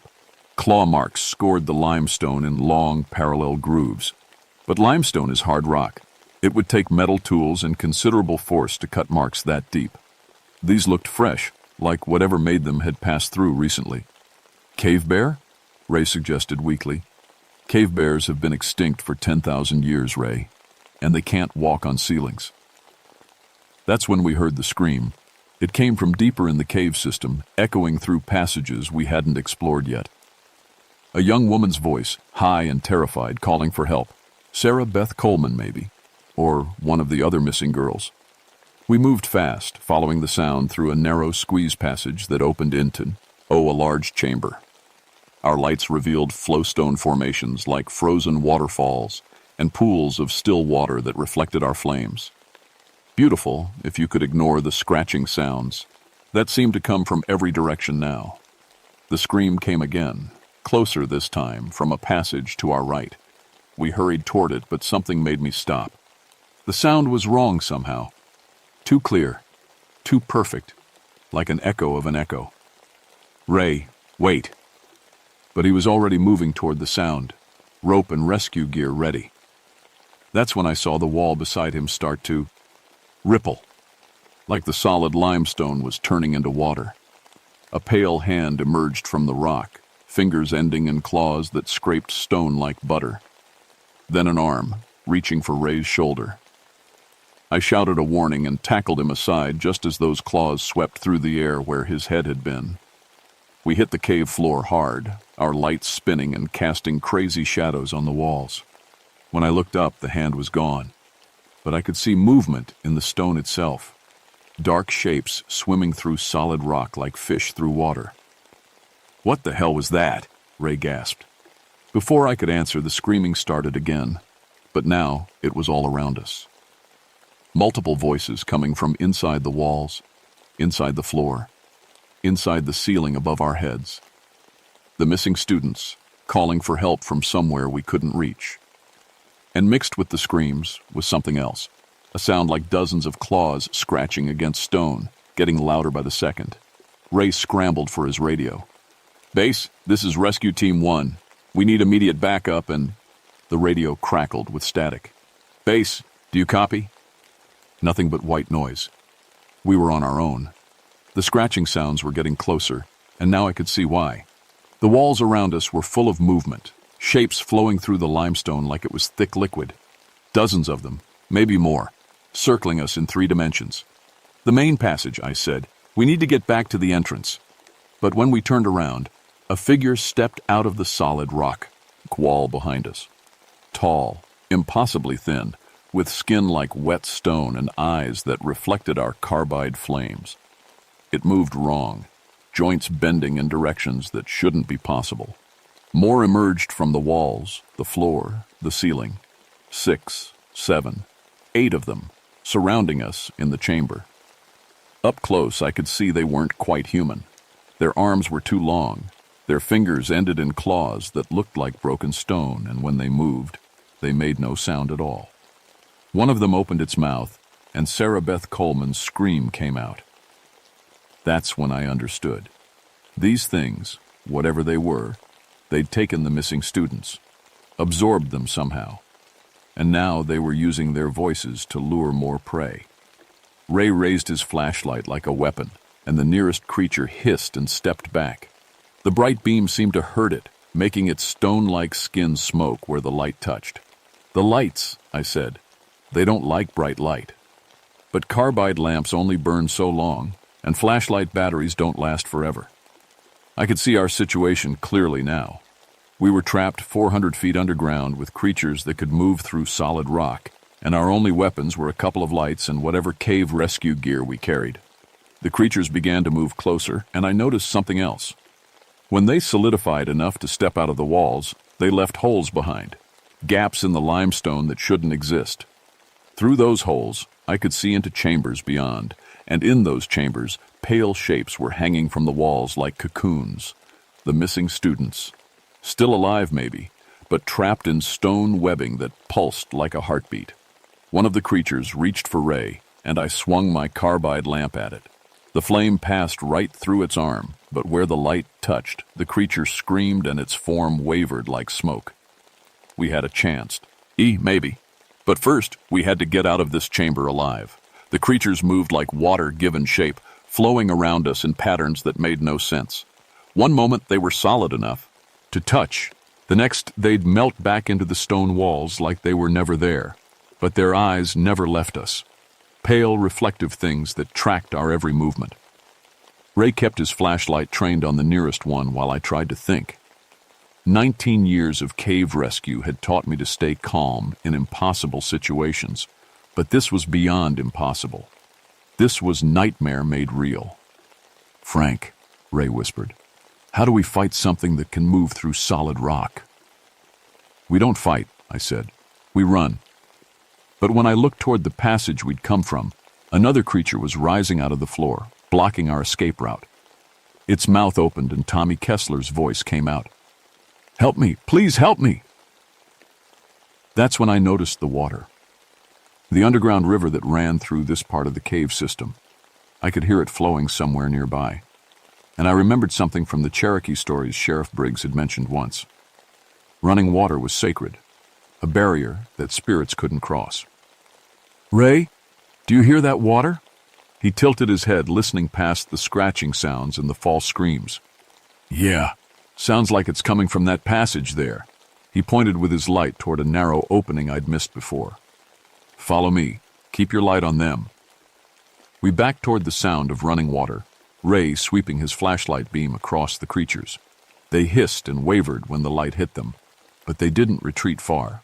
They were learning, adapting, getting braver. The passage led down at a steep angle, and I could smell the river now, wet stone and moving water and the clean scent of underground springs. Behind us, the creatures were following, their claws scraping against stone as they flowed through the walls around the narrow tunnel. We emerged into a cavern I'd never seen before, though I'd been mapping these caves for years. And ground river ran through the center of it, maybe 10 feet wide and flowing fast with spring runoff. The water was black in our lights, but it sounded clean and strong. More importantly, when the first creature tried to follow us out of the passage, it stopped at the edge of the water. Its pale form wavered and hissed, but it wouldn't cross the stream. "The water," I said. "They can't cross running water." Ray sagged with relief. "So we just stay here until backup arrives?" That's when I realized our radio silence probably meant no backup was coming. We were listed as overdue, sure, but cave rescues took time to organize. By the time anyone came looking for us, these things might have found another way around the water, and the missing students were still trapped somewhere in the rock. "We can't just wait," I said. "Those kids are still alive, Ray. I saw them in those chambers." "Frank, those things will kill us if we try to go back." He was probably right. But I'd spent 19 years getting people out of caves, and I wasn't about to stop now, even if it killed me. I studied the cavern, looking for another way forward. The river flowed out through a low tunnel that looked too small for a man, but upstream it came from a larger passage. If I could follow it back to its source, maybe I could find another route to the chambers where the creatures were keeping their prisoners. That's when the ceiling above us started to crack. Dust rained down, and I heard the deep grinding sound of stone under stress. The creatures might not be able to cross the water directly, but they were still up there in the rock, and they were doing something to weaken the cave structure. "They're trying to bring the ceiling down on us," I said. A chunk of limestone the size of a basketball crashed into the stream beside us, sending up a spray of cold water. More cracks appeared, spreading like spider webs across the cavern roof. We had maybe minutes before the whole thing came down. "Upstream," I said. "Move." We waded into the river, and the cold water hit me like a slap. Spring. Runoff in Kentucky caves is always cold, but this felt like ice. The current was stronger than it looked, and the bottom was slick with centuries of smooth stone. Behind us, the cavern ceiling collapsed with a roar that echoed through the entire cave system. Tons of limestone crashed into the space where we'd been standing, blocking the passage completely. But we were alive, and the creatures couldn't follow us through the water. The river led us through a series of chambers I'd never seen before, each one carved from the limestone by thousands of years of flowing water. Some were barely big enough to crawl through. Others opened into cathedral spaces that swallowed our lights. And in every one, I saw signs of the creatures. Claw marks in the walls, smooth holes where they'd passed through solid rock. And something else, a pattern to the marks, like they were territorial markers or some kind of language carved in stone. "Frank," Ray said as we squeezed through a particularly narrow section, "look at this."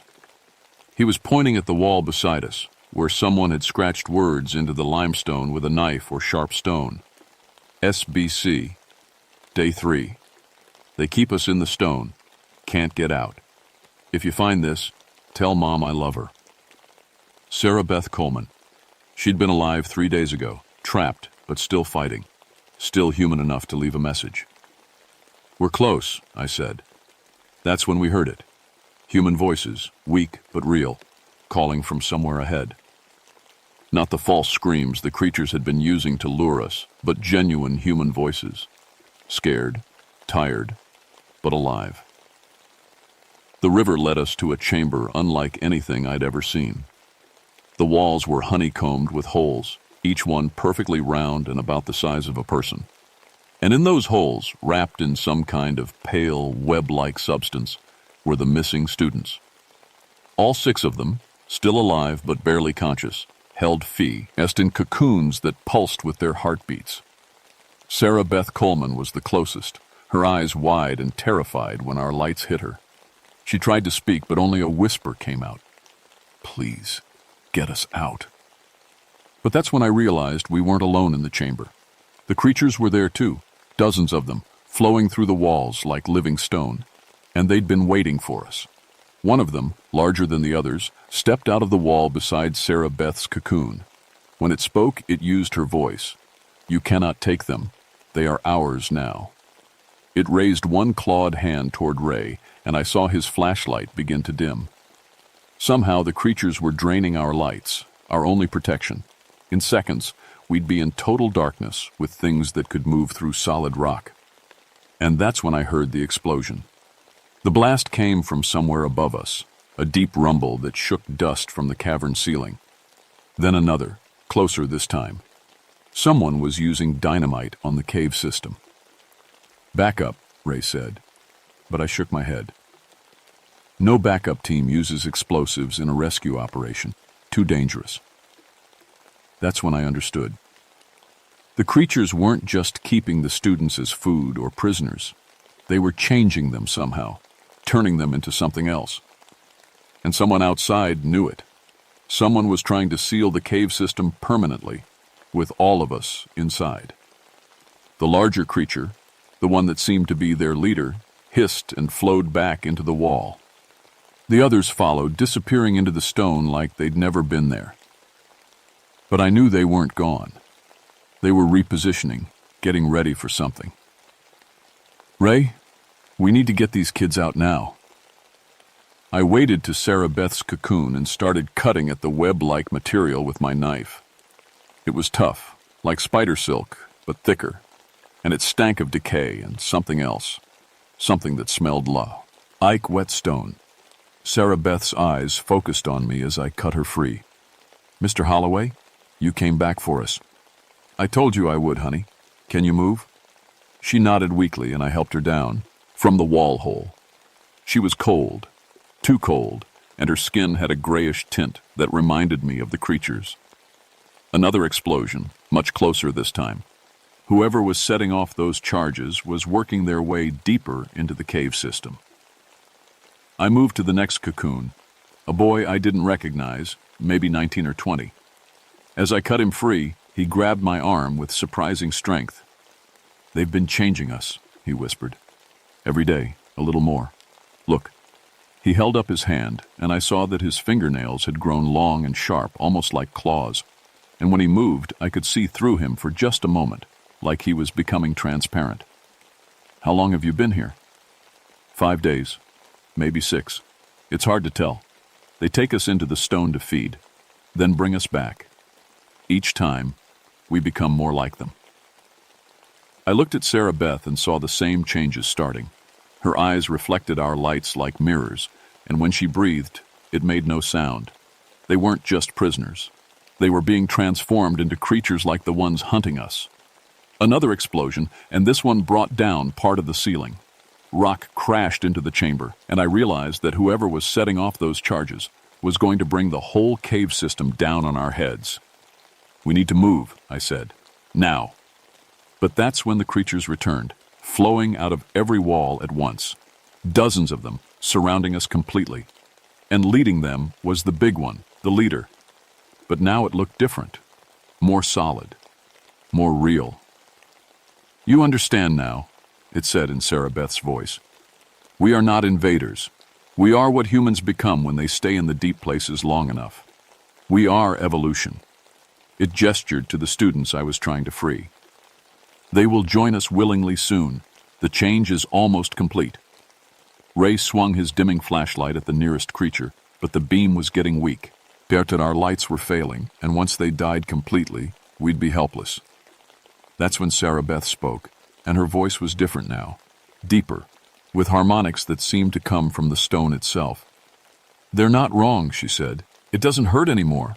The stone is warm, safe. We can move through it like water. We can live forever in the deep places." I looked at her and saw that her transformation was accelerating. Her skin was turning the color of wet limestone, and her eyes were becoming pale and reflective. "Fight it, Sarah Beth. You're human. Don't let them change you." But she was already flowing backward toward the wall, becoming translucent. "It's too late, Mr. Holloway. For all of us." Another explosion, the biggest yet, and cracks appeared in the cavern walls. Water began seeping through. The underground river was being diverted by the blasts. The creatures hissed and retreated from the spreading water, but they didn't go far. They were waiting, watching, and I realized they were herding us toward something. "Ray, the water. They're afraid of running water, but not still water. We need to reach the river." But the chamber was filling with rubble from the explosions above, and our path to the stream was blocked. We were trapped with creatures that were becoming more solid and aggressive as our lights failed. The largest creature stepped forward, and now it looked almost human. Almost. "Join us willingly," it said, "and the change will be gentle. Fight, and we will drag you into the stone screaming." That's when I remembered something from my army days in Korea. Sometimes, when you're outnumbered and outgunned, the only option is to bring everything down around you and hope you survive the crash. I pulled out my emergency flares, the ones every cave rescue specialist carries for marking locations. Magnesium flares that burn at 3,000 degrees. "Ray, when I light these, run for the water. Don't look back." "Frank, what are you doing?" What I should have done the first time someone told me to seal this place. I struck the first flare, and brilliant white light filled the chamber. The creatures screamed and flowed backward, their forms wavering like smoke in a hurricane. The magnesium light hurt them worse than our flashlights ever had. I threw the burning flare at the creature leader, and where it hit, stone flesh sizzled and cracked. The thing let out a sound like breaking rocks and melted back into the wall. "Go! Now!" Ray grabbed 2 of the less transformed students and headed for the water. I lit another flare and used it to drive back the creatures as I helped the others. But Sarah Beth was too far gone. She was already flowing into the stone, her human form dissolving. "I'm sorry," I called to her, but she was beyond hearing now. The last explosion was the biggest of all, and it brought down the entire chamber ceiling. I dove into the underground river just as tons of limestone crashed into the space where we'd been standing. The current swept us away, through passages flooded by the blasts, toward whatever exit we could find. Above us, the cave system was collapsing, sealing the creatures in their stone prison. At least I hoped it was sealing them in. We made it out through a sinkhole 2 miles from the main entrance, carried by floodwater that deposited us in a farmer's pasture like pieces of driftwood. Ray had managed to save 2 of the students, both boys who'd been captured more recently and hadn't changed as much as the others. Sarah Beth Coleman and 3 of her friends never made it out. The official report listed them as victims of a cave-in caused by unstable geology and spring flooding. Their families were told it was a tragic accident. The person setting off those explosives was never identified. The State Geological Survey claimed they hadn't authorized any blasting in the area, and no mining permits were on file. Whoever it was, they'd used enough dynamite to collapse most of the known passages in the Copperhead Gorge system.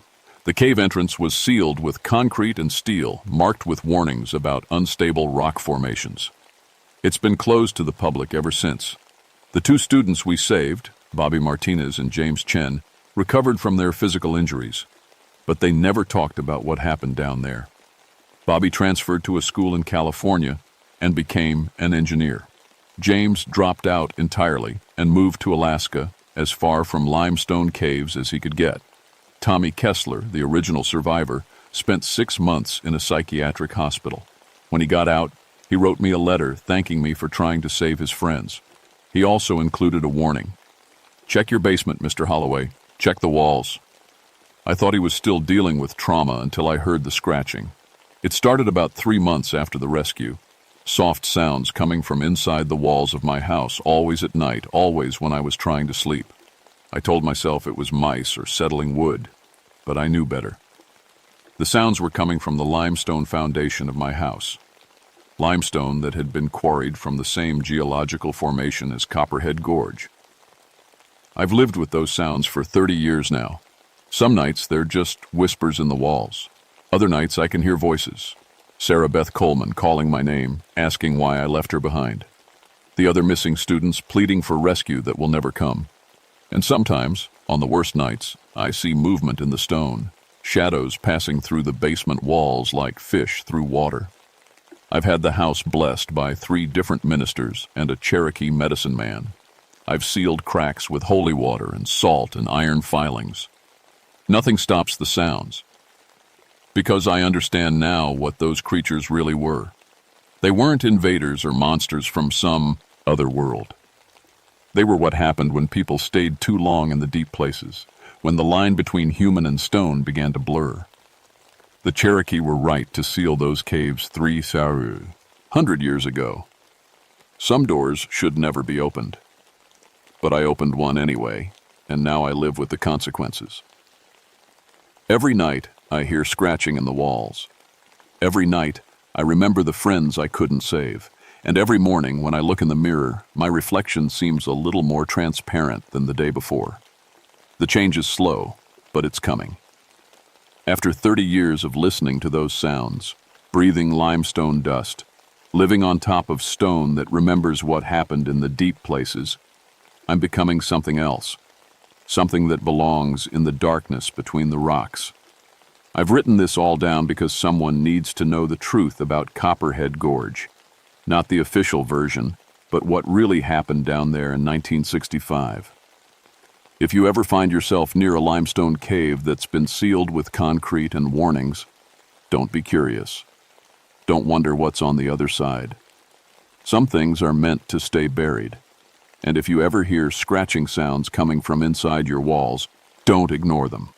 Don't tell yourself it's just old wood settling. Because 30 years after Copperhead Gorge, I can tell you with certainty, the crawlers are patient, and they never stop trying to come home. The stone remembers everything, and eventually it calls us all back to the deep places where we belong.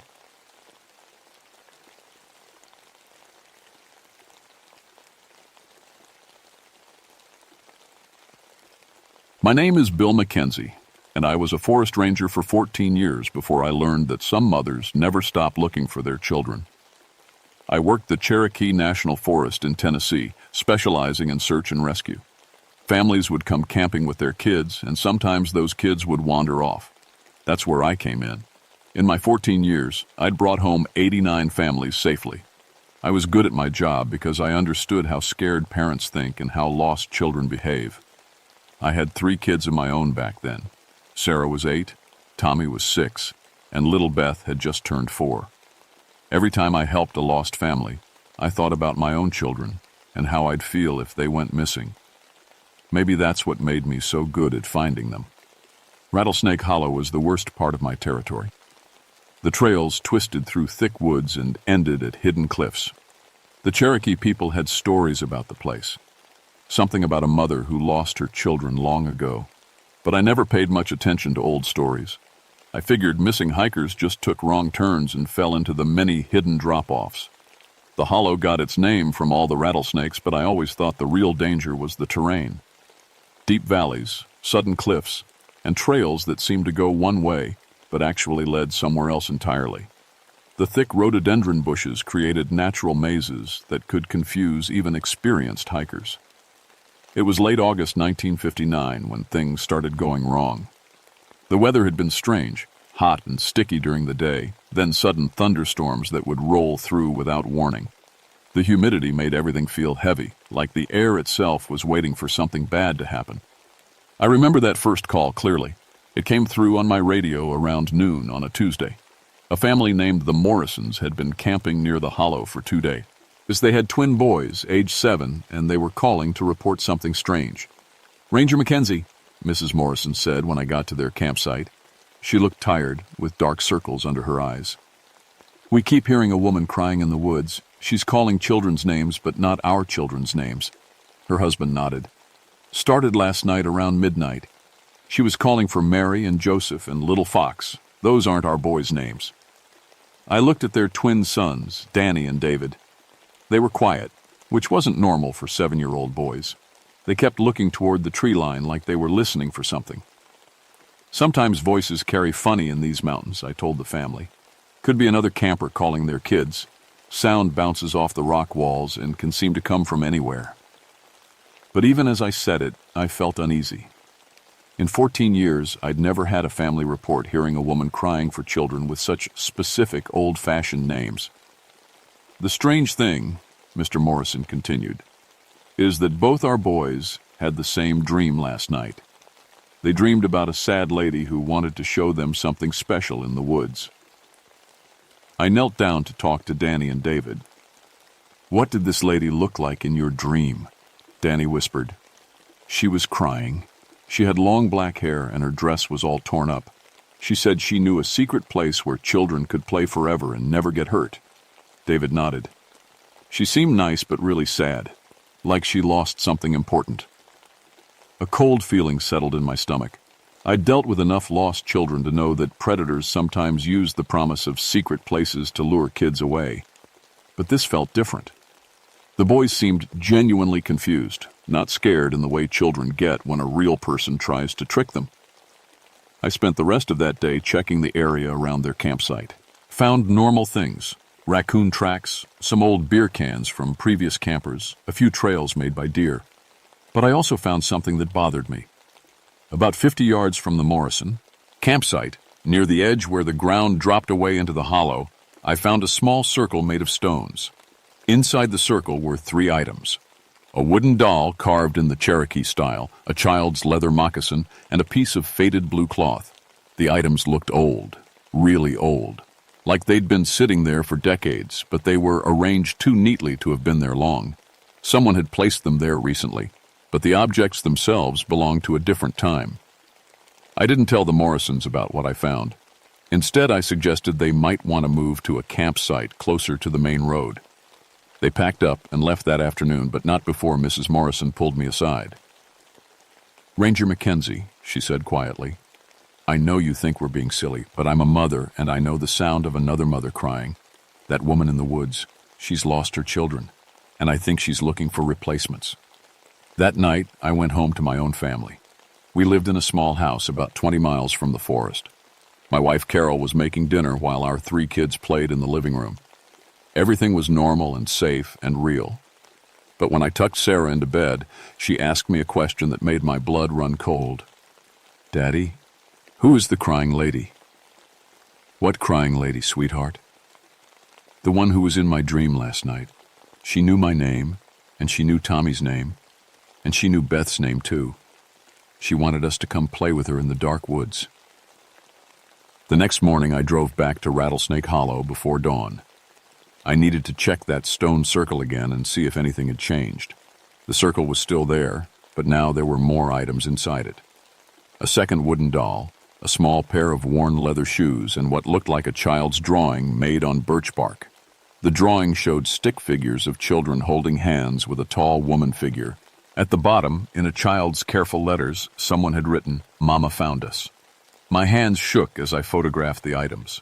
In 14 years of forest work, I'd never seen anything like this. The objects looked like they came from different time periods. Some seemed like they might be from the 1800s, others from the 1920s or 1940s. But all of them had been placed there recently. I was so focused on the circle that I almost missed the sound. It started low and distant, like wind through the trees. But then it became clearer. Someone was crying. It was definitely a woman, and the crying had a desperate quality that made my chest tighten. It was the kind of crying a mother does when she's lost everything that matters. I'd heard it before from families whose children I couldn't find in time. The sound seemed to come from deeper in the hollow, down where the trails got dangerous. I followed it, marking my path carefully so I wouldn't get lost. As I walked, the crying got louder, but it also started moving. Sometimes it seemed to come from my left, sometimes from my right. Sometimes it sounded like it was right behind me. After about an hour of following the sound, I realized it was leading me in a circle. I'd passed the same fallen log 3 times. The crying woman, whoever she was, was making me walk the same path over and over. That's when I heard something that made me stop dead in my tracks. Sarah, Tommy, little Beth. The voice was calling my children's names.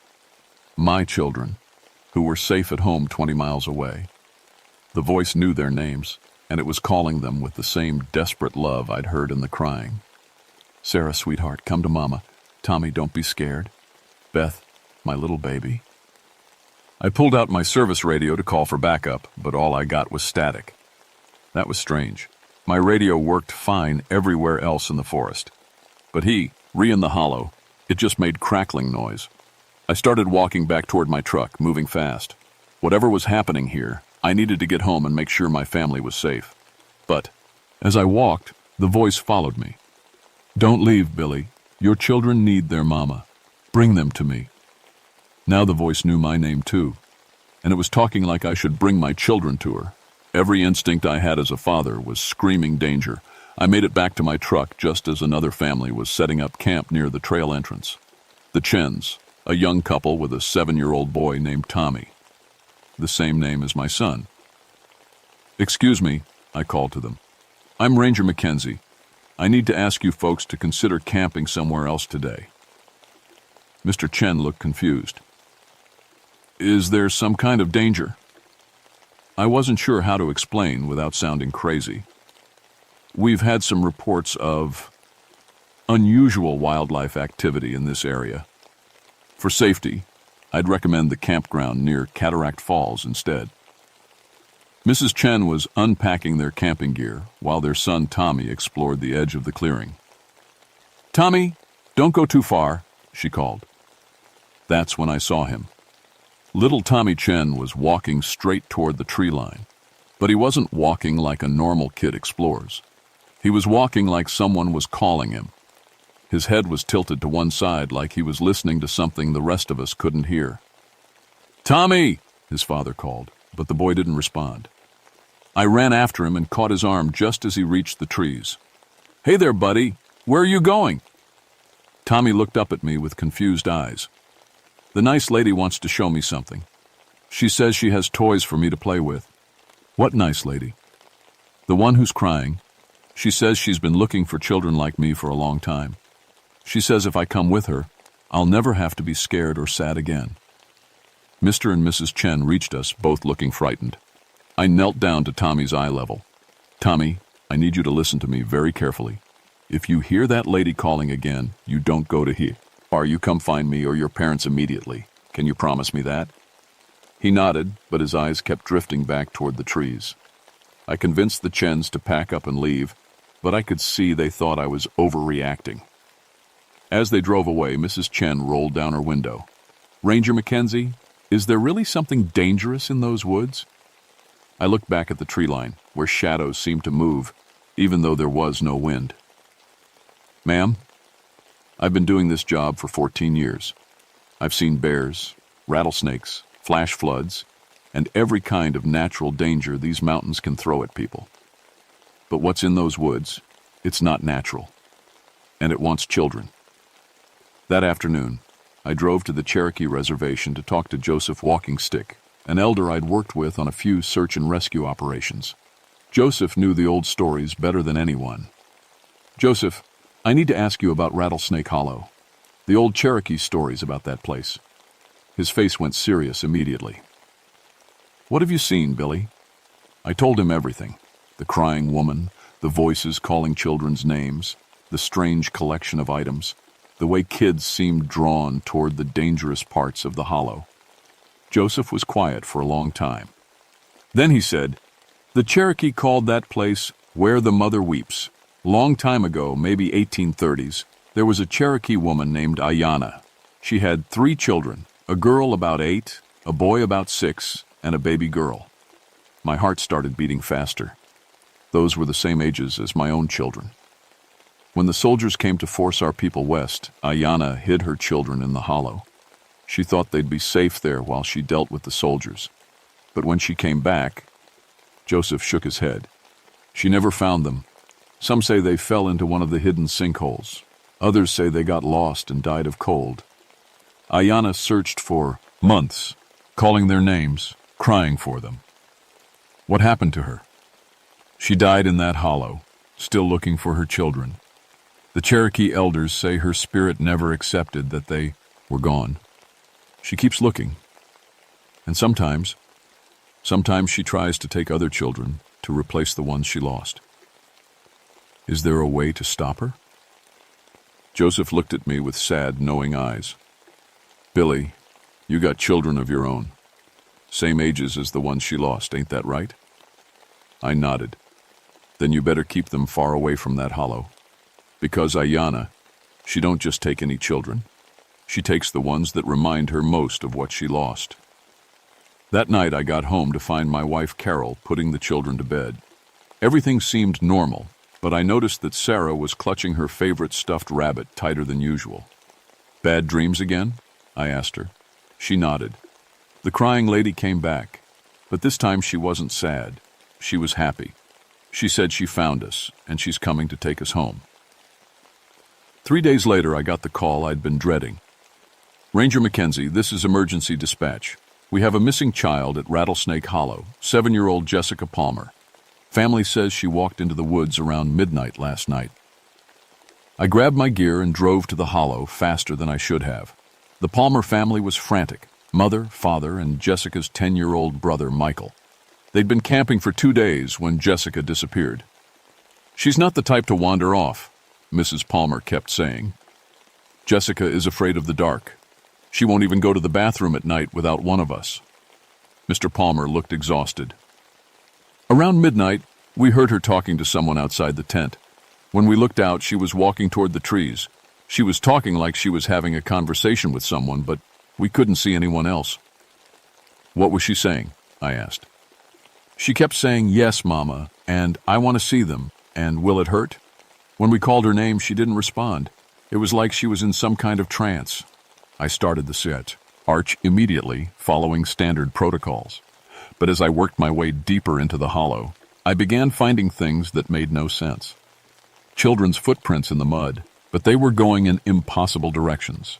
Straight toward cliff faces, directly into thick tangles of thorns, over terrain no child could navigate in the dark. I found Jessica's pajama top hanging from a branch about 10 feet off the ground.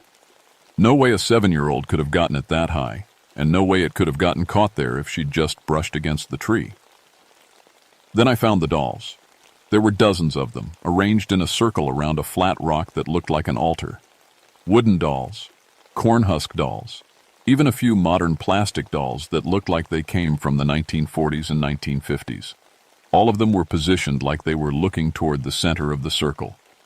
In the center of the rock was a fresh bouquet of wild roses, Cherokee funeral flowers. I was photographing the scene when I heard Jessica's voice. "Daddy? Daddy, where are you?" She sounded close, maybe 50 yards away. I ran toward her voice, crashing through the underbrush, calling her name. "Jessica, keep talking, honey. I'm coming to get you." "Daddy, I'm scared. The nice lady said you were coming, but now she won't let me go home." Her voice was coming from the edge of a steep cliff. As I got closer, I could see her tiny figure standing on a narrow ledge about 20 feet down. She was wearing only her pajama bottoms, and she was crying. "Jessica, don't move. I'm going to get a rope and come down to get you." But as I turned to go back to my truck for equipment, I heard another voice, a woman's voice, speaking Cherokee. I couldn't understand the words, but the tone was gentle, loving, like a mother comforting a scared child. Jessica stopped crying. She turned toward the voice and started walking along, the narrow ledge moving away from me. "Jessica, no, stop." I could see her clearly now, and what I saw made my blood freeze. She was walking along a ledge that was only about 6 inches wide, but she was walking confidently, like someone was holding her hand and guiding her steps. I ran back to my truck and radioed for help, but again, all I got was static. My radio worked fine until I got within a mile of the hollow. Then it was useless. I grabbed my climbing rope and rappelling gear and went back to the cliff. Jessica was gone. The ledge was empty. I spent the next 4 hours searching every inch of that cliff face and the rocky area below. I found Jessica Palmer at the bottom of a 200-foot drop, but she wasn't alone. Next to her body was the skeleton of a man in what looked like 1950s camping clothes. His bones were arranged in a protective position, arms wrapped around the space where Jessica lay, like he'd tried to shield her even in death. In Jessica's small hand was a wooden doll carved in Cherokee style. It was identical to the ones I'd been finding around the hollow, but this one was warm to the touch despite the cool morning air. The medical examiner later told me that Jessica Palmer died from the fall, but her injuries were consistent with being carefully placed rather than simply falling. Someone or something had arranged her body gently, and the same was true for the man's remains. When I reported back to the Palmer family, I had to watch parents receive the worst news any parent can hear. Mrs. Palmer collapsed, and Mr. Palmer just stood there in shock, asking over and over, how could she get so far? She was afraid of the dark. But it was 10-year-old Michael Palmer who said something that haunts me to this day. She wasn't afraid last night, he whispered. The lady was singing to her, Cherokee songs that made her feel safe. Jessica told me the lady promised she'd never be scared again if she went with her. That night, I went home to my family, but I couldn't shake the feeling that we were being watched. I checked all the windows and doors twice, and I moved the kids' beds away from the windows. Around midnight, I was awakened by the sound of my daughter Sarah talking in her sleep. Yes, Mama, I hear you. Yes, Mama, I want to come. Tommy and Beth want to come too. I rushed to her room and gently woke her up. She looked at me with confused, dreamy eyes. Daddy, why won't you let us go? The lady says she's our real mama now, and she's been looking for us for so long. She says if we come with her, we'll never have to worry about anything ever again. I spent the rest of that night sitting in the hallway between my children's rooms, watching their doors, listening for any sound that might mean the crying woman had found them. But the scariest part was that I was starting to hear her too. Just at the edge of my hearing, like a radio station that's almost tuned in, I could hear a woman's voice singing Cherokee lullabies and whispering my children's names with infinite love and terrible longing. The next morning I called in sick and drove back to see Joseph Walking Stick. I needed answers, and I needed them fast. Joseph, it's getting worse. She killed a child yesterday, and now she's coming for my family. There has to be something we can do. Joseph listened to everything I told him about Jessica Palmer, about the dreams my children were having, about the voice that was getting stronger every night. Billy, Ayanna's spirit has been growing stronger because she's been taking children. Every child she claims gives her more power to reach the living world. But why my children specifically? You said your Sarah is 8, Tommy is 6, and Beth is 4? I nodded. Ayanna's children were 8, 6, and 4 when she lost them. And you work in the forest just like she used to gather food in those same woods. In her mind, you're the father who can give her back the family she lost. How do I stop her? Joseph was quiet for a long time. There's a Cherokee ritual for laying troubled spirits to rest, but it's dangerous. You'd have to go to the place where she died, bring offerings for her, lost children, and convince her spirit to let go of this world. What kind of offerings? Things that represent the children she lost, toys, clothes, food, things a mother would give her children. But Billy, if the ritual doesn't work, if you can't convince her to rest, she'll be angry. And an angry spirit, what happens then? An angry spirit stops trying to save children by taking them gently. An angry spirit just takes them. I went home to find my wife Carol packing suitcases. We're leaving, she said without looking at me. I don't care if you think I'm crazy. All 3 kids had the same dream last night. They dreamed about a woman who said she was coming to get them today. Sarah drew a picture of her. She handed me a piece of paper. Sarah had drawn a tall woman with long black hair, wearing a torn dress. The woman was holding hands with 3 small figures, a girl, a boy, and a baby. At the top of the paper, Sarah had written, "Our new mama."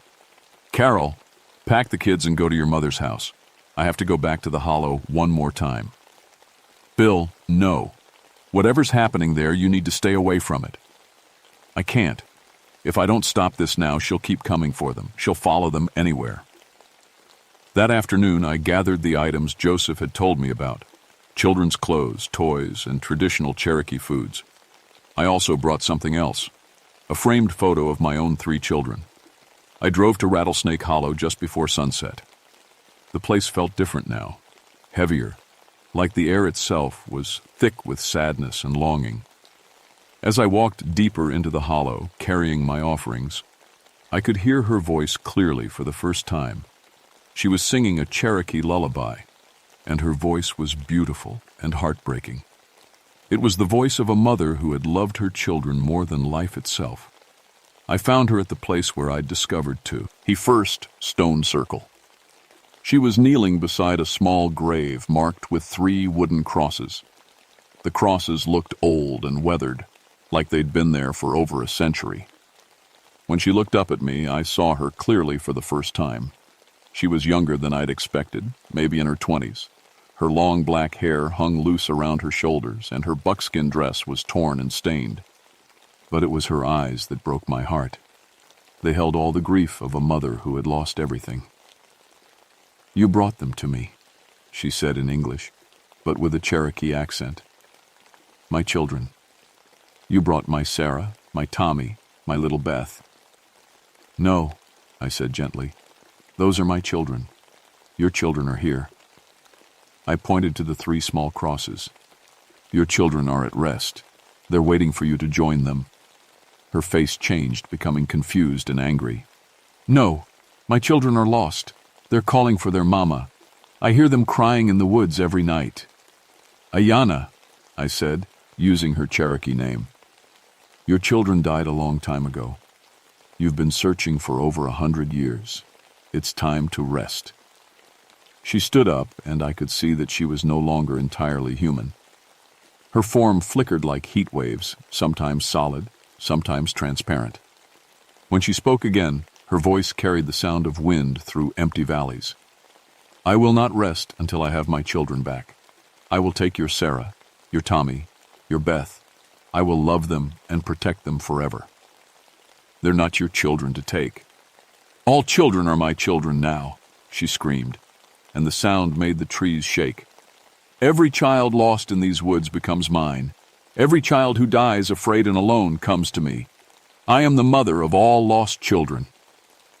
That's when I understood. Jessica Palmer wasn't Ayana's first victim. She'd been taking lost children for decades, maybe longer. Every child who had ever disappeared, Red in Rattlesnake Hollow, had become part of her ghostly family. I placed my offerings at the base of the 3 crosses, toys and clothes and food, and the photo of my own children. "These are for your real children," I said. "Sarah, Tommy, and Beth Mackenzie are going to grow up safe and loved with their real family. But I want to honor the memory of your children too." For a moment, Ayana's expression softened. She knelt beside the offerings and touched them gently. "They were so small," she whispered. "They must have been so scared when the soldiers came. I should have stayed with them." "You were trying to protect them. That's what mothers do." But then her face hardened again. "It's not enough. I need them back. I need to hold them again." She reached toward me, and I felt a cold that went deeper than my bones. But then I heard something that changed everything. Children's voices, calling from the direction of the 3 crosses. Cherokee children, speaking in their native language, but I could understand them somehow. "Mama, we're here. Mama, we're safe now. Mama, please come home." Ayana froze. She turned toward the voices, and for the first time in over a century, she saw her real children. They were standing by their graves, 3 small figures in traditional Cherokee clothes glowing with soft light. The girl who looked 8, the boy who looked 6, and a tiny girl who couldn't have been more than 4. "My babies," Ayana whispered. "Mama, we've been waiting for you," the oldest child said. "We've been trying to tell you we're okay, but you wouldn't listen. We want to go to the spirit world with you, Mama, but you have to let go of the children who aren't ours." Ayana looked back at me, then at the photo of my children, then at her own children's spirits. "But if I let them go, I'll be alone again." "No, Mama," the little boy said. "You'll be with us. Forever. Ayanna walked toward her children, and as she did, her form became more transparent. She was choosing to let go of the physical world, to stop fighting death and accept peace. Just fotos.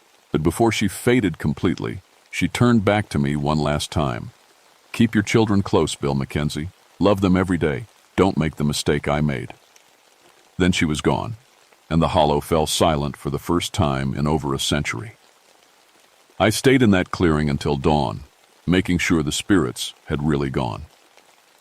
The oppressive feeling that had hung over the hollow was gone, replaced by normal forest sounds, birds singing, insects buzzing, wind rustling through leaves. When I got home, I found my family safe at Carol's mother's house. My children looked normal again. No more dark circles under their eyes, no more talk about crying ladies or dreams of ghostly mothers. But Sarah asked me one question that let me know she remembered everything. Daddy, is the sad lady with her real children now? Yes, sweetheart. She found them, and they're all together. Good, Sarah said. She was so lonely, and her babies were scared without their mama. I returned to work at Cherokee National Forest, but I requested a transfer away from Rattlesnake Hollow. I told my supervisor it was for family reasons, which was true enough. The hollow is quiet now. Families camp there without incident, and children play in the woods without being called by ghostly voices. The Cherokee Tribal Council placed a small memorial at the site where Ayanna's children were buried, honoring them and their mother. But I still think about that night sometimes. I think about how grief can become so powerful that it refuses to accept reality. I think about how love can become twisted when it has nowhere to go. And I think about Robert Palmer, Jessica's father. 2 days after I performed the ritual to lay Ayanna's spirit to rest, Robert Palmer drove to Rattlesnake Hollow alone. He hiked to the place where his daughter died and jumped from the same cliff. They found his body at the bottom, arms wrapped protectively around empty air, just like the skeleton we'd found beside Jessica. Even in death, he was trying to save his little girl. The medical examiner said Robert Palmer died from the fall, but I know better. Robert Palmer died from the same thing that kept Ayanna's spirit trapped for over a century. Love that couldn't accept loss. Grief that refused to heal. I retired early from the Forest Service and moved my family to a small town in Georgia, far from any Cherokee National Forest. My children are grown now, with families of their own. Sarah became a teacher, Tommy became a doctor, and Beth became a social worker who helps families in crisis. They don't remember the details of what happened that summer when they were little, but they all became adults who understand the importance of protecting children. Sometimes, on quiet nights when the wind is just right, I still hear echoes of Cherokee lullabies. But they're peaceful now, not desperate. They're the songs of a mother who finally found her way home. And sometimes, when I'm tucking in my grandchildren, I whisper a little prayer of gratitude to Ayanna's spirit. Because she taught me something important. Every day we have with our children is a gift. Every night we get to tuck them into safe beds. Every morning we get to see their faces. These are miracles that too many parents take for granted. The wailing woman of Rattlesnake Hollow is at rest now. But her story isn't really about ghosts or Cherokee legends or supernatural terror. It's about what happens when love has nowhere to go. And it's a reminder that the most important thing we can do as parents is to love our children while we have them, completely and without reservation, so that if the worst ever happens, we can let them go knowing we gave them everything we had. Because some mothers never stop searching for their children, and some children never stop calling for their mothers. But when love finally finds its way to peace, even the deepest grief can rest.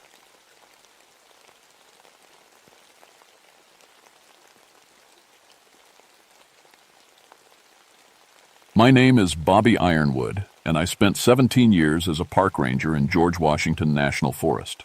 Before that, I was in Vietnam with a canine unit. I learned a lot about dogs over there. How they think, how they track, how they know things we don't. When I came back, working with Rex, my German Shepherd, felt like the only thing that made sense. Rex was the best search dog I ever worked with. In our years together, we found 156 missing people, some alive, some not. But we found them all. That dog could track a scent through rain, snow, or 3 days of heat. He never let me down, not once. That's why what happened at Devil's Creek still keeps me up at night. Because Rex knew something was wrong before I did. Dogs always know first. It was February 1972, and we'd been getting reports about Devil's Creek for weeks. Hunters going missing. Their dogs coming back alone, shaking and covered in something that smelled like rotten eggs. The local sheriff figured it was just bad luck. Maybe a bear, maybe the cold getting to people. But the hunters who made it back told strange stories. They said the whole valley felt wrong, like something was watching them. I didn't believe in ghost stories. After Vietnam, I'd seen enough real monsters to know they came with human faces. But Sheriff Martinez asked me to take a look anyway. The latest missing hunter was Jim Kowalski, a local guy who knew those woods better than anyone. His retriever, Buster, had come home 3 days ago without him. Dog won't eat, won't sleep, Jim's wife told me, tears in her eyes. Just sits by the door whining. Something scared him real bad. I loaded my gear into the truck. Radio, first aid kit, rope, the works. Rex jumped in the passenger seat like always, but he was acting strange. Usually he got excited about a search, tail wagging, ready to work. This time he just sat there, staring out at the road that led to Devil's Creek. The drive took 2 hours through winding mountain roads.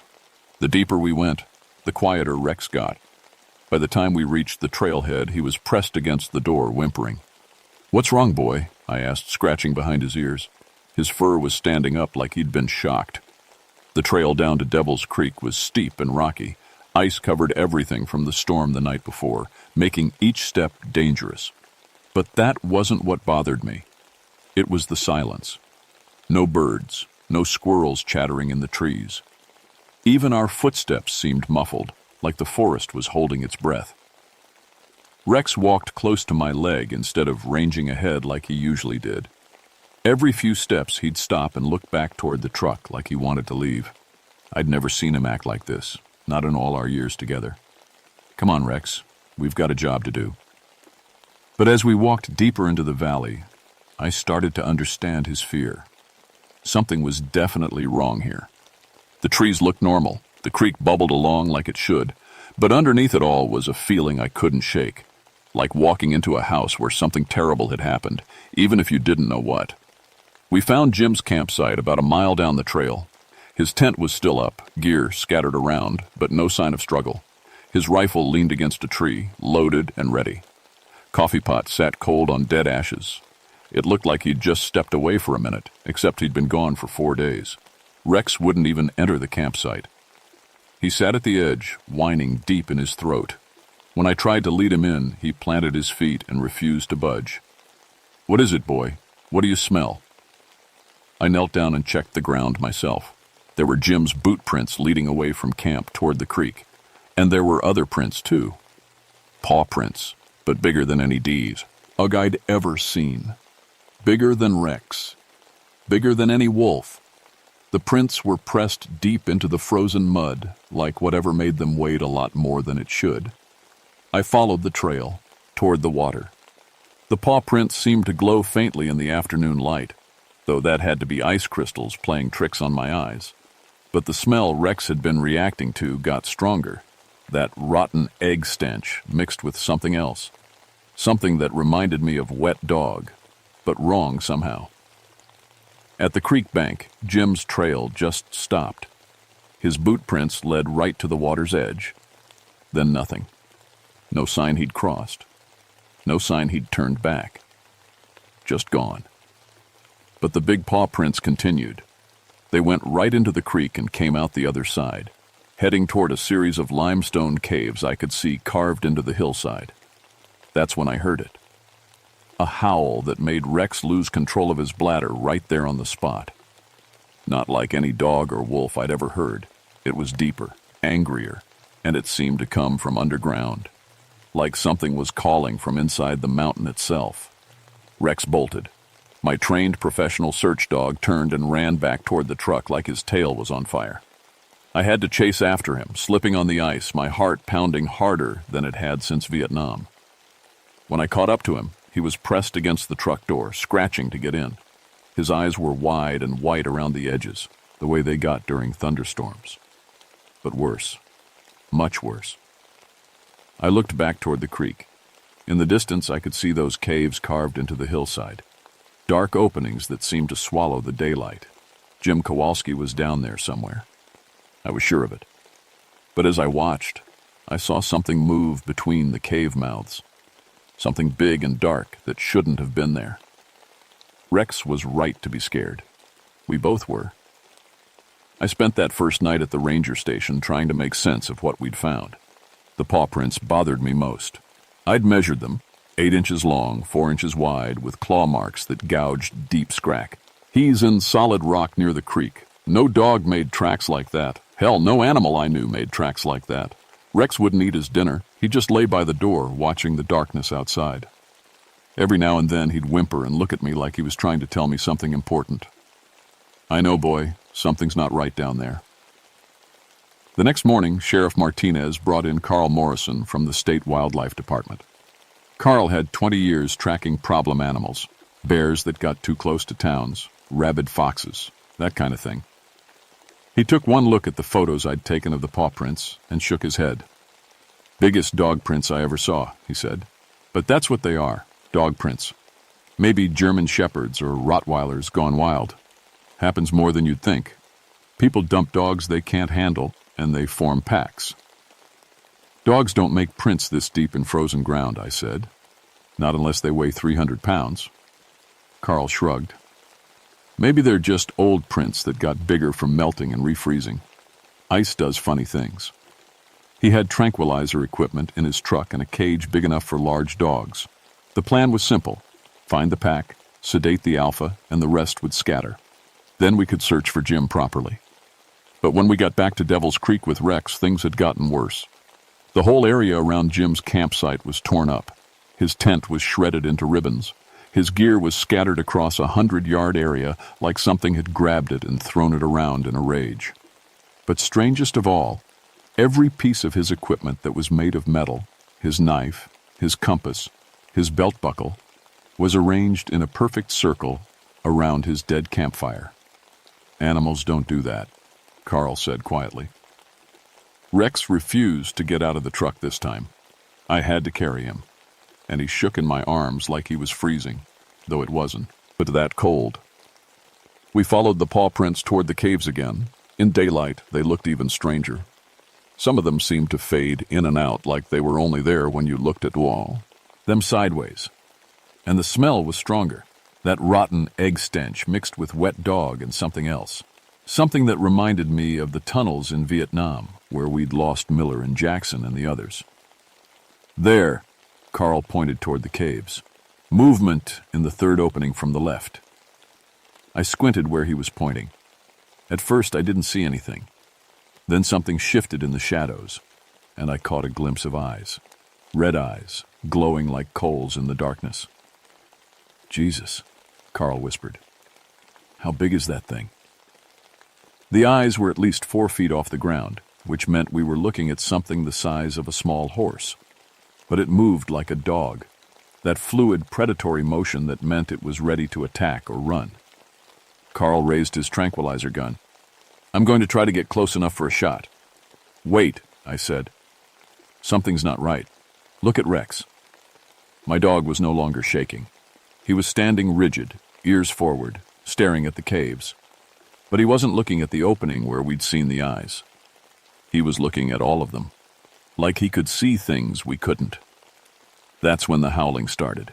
It came from everywhere at once. The caves, the trees, the ground beneath our feet. Not one animal, but many. A whole pack, calling to each other in voices that made my teeth hurt. Rex threw back his head and howled in response, but his howl was pure terror. And then they answered him. The sound that came back wasn't like anything that should exist. It was howling, but wrong. Too deep, too angry, too intelligent. Like dogs that had learned to hate. We need to get out of here, I said.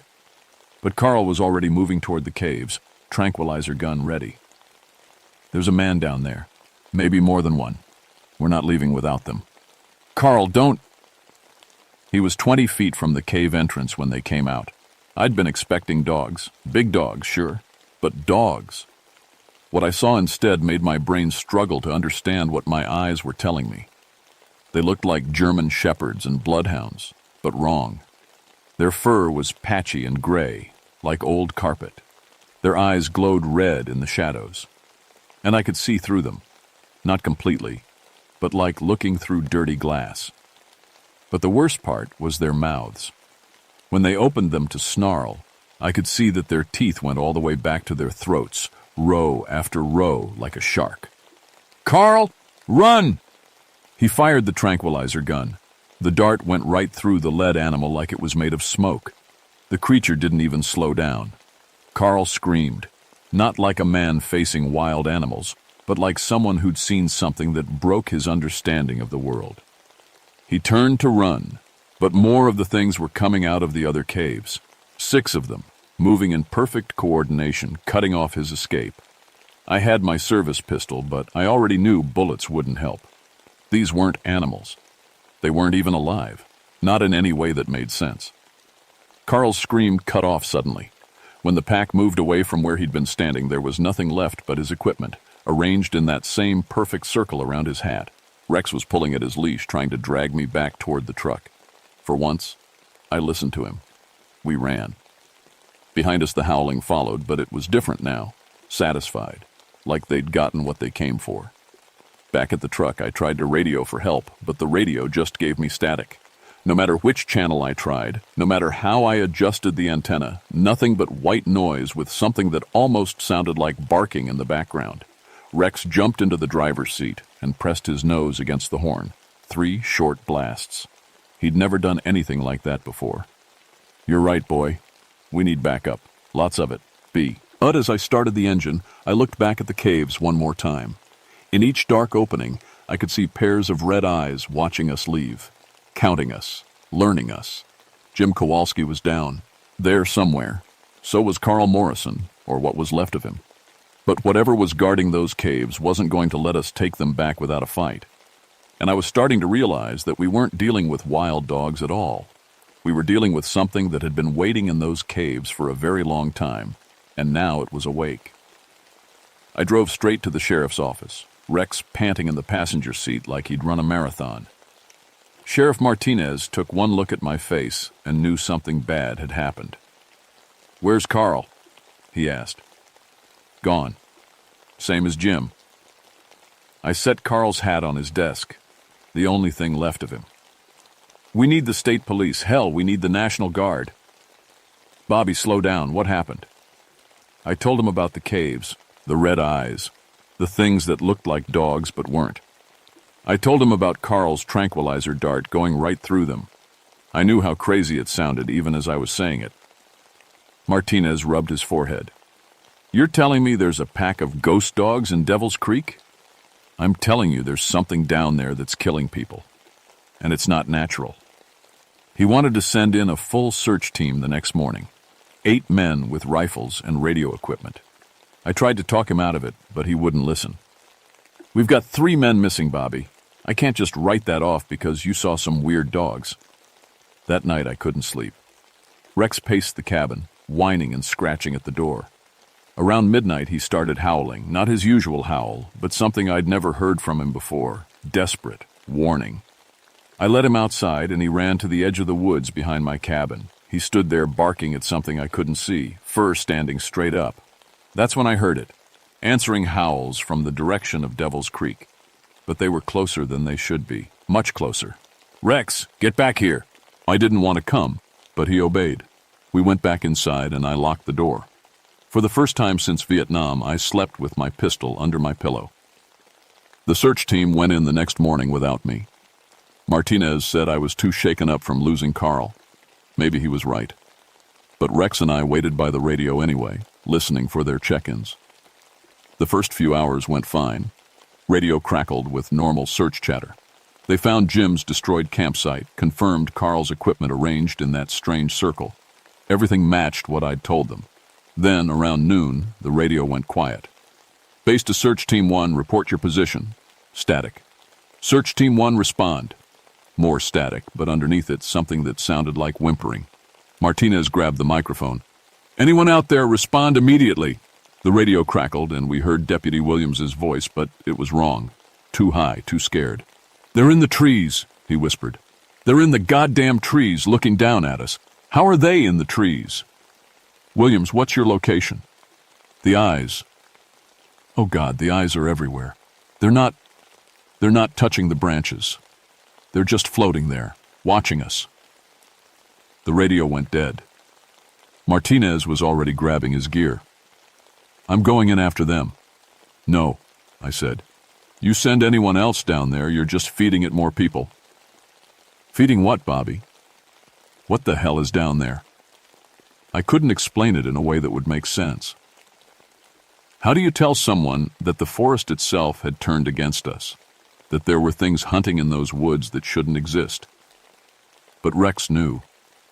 He'd been trying to tell me all along. Give me one more try, I said. Just Rex and me. No radios, no backup. If we don't come back by sunset, you call in the state police, the FBI, whoever you can get. Martinez looked at Rex, who was sitting by my feet, calm for the first time in days, like he knew what was coming and had accepted it.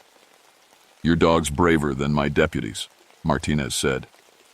We drove back to Devil's Creek in the late afternoon. The winter sun was already low, casting long shadows between the trees.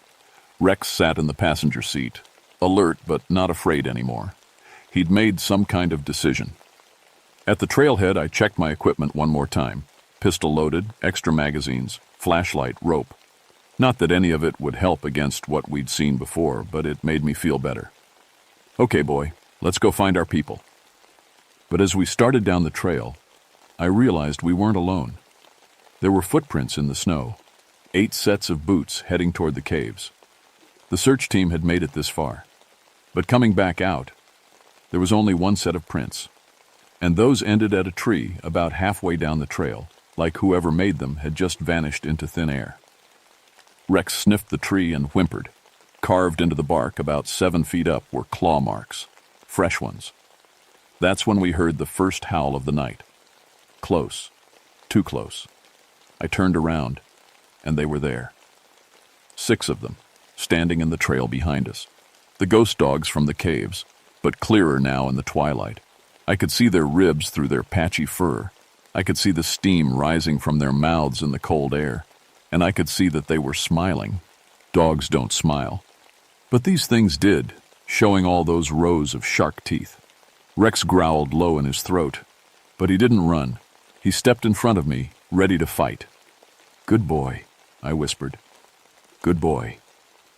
The lead dog, the biggest one, with glowing red eyes like headlights, tilted its head and looked at me.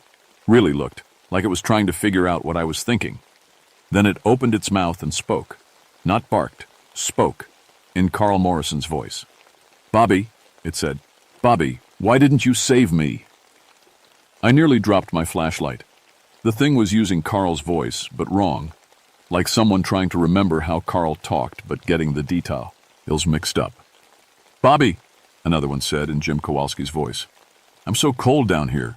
Why won't you come help me? They're not Jim and Carl, I said to Rex, as much to convince myself as him. There's something else, something wearing their voices. But the doubt was there. What if Jim and Carl were trapped somehow? What if these things were keeping them prisoner? The pack started moving closer, spreading out to surround us. Rex backed up against my legs, still growling. That's when I saw the 7th one. It came out of the trees to our left, and it was different from the others. Bigger. Its eyes weren't red, but yellow, like old brass. And when it looked at me, I felt like I'd been punched in the gut. Because I knew this dog. I'd known him 20 years ago in a tunnel system outside Saigon. Sergeant, it said in my own voice from 20 years ago. Sergeant Ironwood, why didn't you come back for us? It was Ranger, my partner in Vietnam. My dog before Rex, the one who'd died in the tunnels with Miller and Jackson when the whole system collapsed, the one I'd left behind. You're not Ranger, I said, but my voice shook. Ranger died in Vietnam. I saw him die. The thing that looked like my old partner stepped closer. In the fading light, I could see details that made my heart pound. The scar on his left ear from shrapnel, the way he held his head when he was concentrating, even the way he moved, that confident lope that had carried him through a dozen missions. "You left me in the dark," it said in my voice. "You left us all in the dark." Rex pressed against my leg, whining. He could sense my confusion, my guilt, because the ghost dog was right. I had left them. When the tunnel collapsed, I'd been outside, safe. Miller, Jackson, and Ranger had been inside when the charges went off. "The mission required," I started. "The mission required sacrifice," the Ranger T. Hing interrupted. "Your sacrifice. But you sent us instead." The other ghost dogs closed in around us, forming a circle. Each one spoke in the voice of someone I'd failed to save. Not just Carl and Jim, but people from years of searches. People I'd found too late. People I'd never found at all. "Susan Martinez," one said in a little girl's voice. "Lost in the blizzard of '68. You found me 3 days too late." "Michael Torres," another said. "Fell in the ravine while you were searching the wrong ridge." "We're all here, Bobby," the Ranger thing said. "Everyone you couldn't save. Everyone you left behind." I wanted to run, but my legs wouldn't move. 20 years of guilt pressed down on me like the weight of that collapsed tunnel. Maybe they were right. Maybe I deserved whatever they had planned. But Rex didn't think so. My German shepherd stepped forward, placing himself between me and the ghost pack. He barked once, sharp and commanding. The sound echoed off the trees, and for a moment the ghost dogs hesitated. Rex barked again, and this time I heard something else in his voice. Not fear, not aggression, but authority. He was calling them out, challenging them. "What's he doing?" I whispered. The Ranger thing snarled, showing those rows of teeth. "Your dog doesn't understand. This isn't about him." But Rex kept barking, and with each bark, the ghost dog seemed to get less solid, less real, like Rex's living voice was somehow disrupting whatever was holding them together. That's when I understood. These weren't really the people I'd failed to save. They were something else, something feeding on my guilt, using it to take shape. And Rex, with his simple dog logic, could see through the deception. "You're not them," I said, louder this time. "You're not the people I couldn't save." The Ranger thing's eyes flared brighter. "We are everyone you left in the dark." "No, Ranger died fighting. He wouldn't blame me for following orders. And the others?" I thought about Susan Martinez, the little girl lost in the blizzard.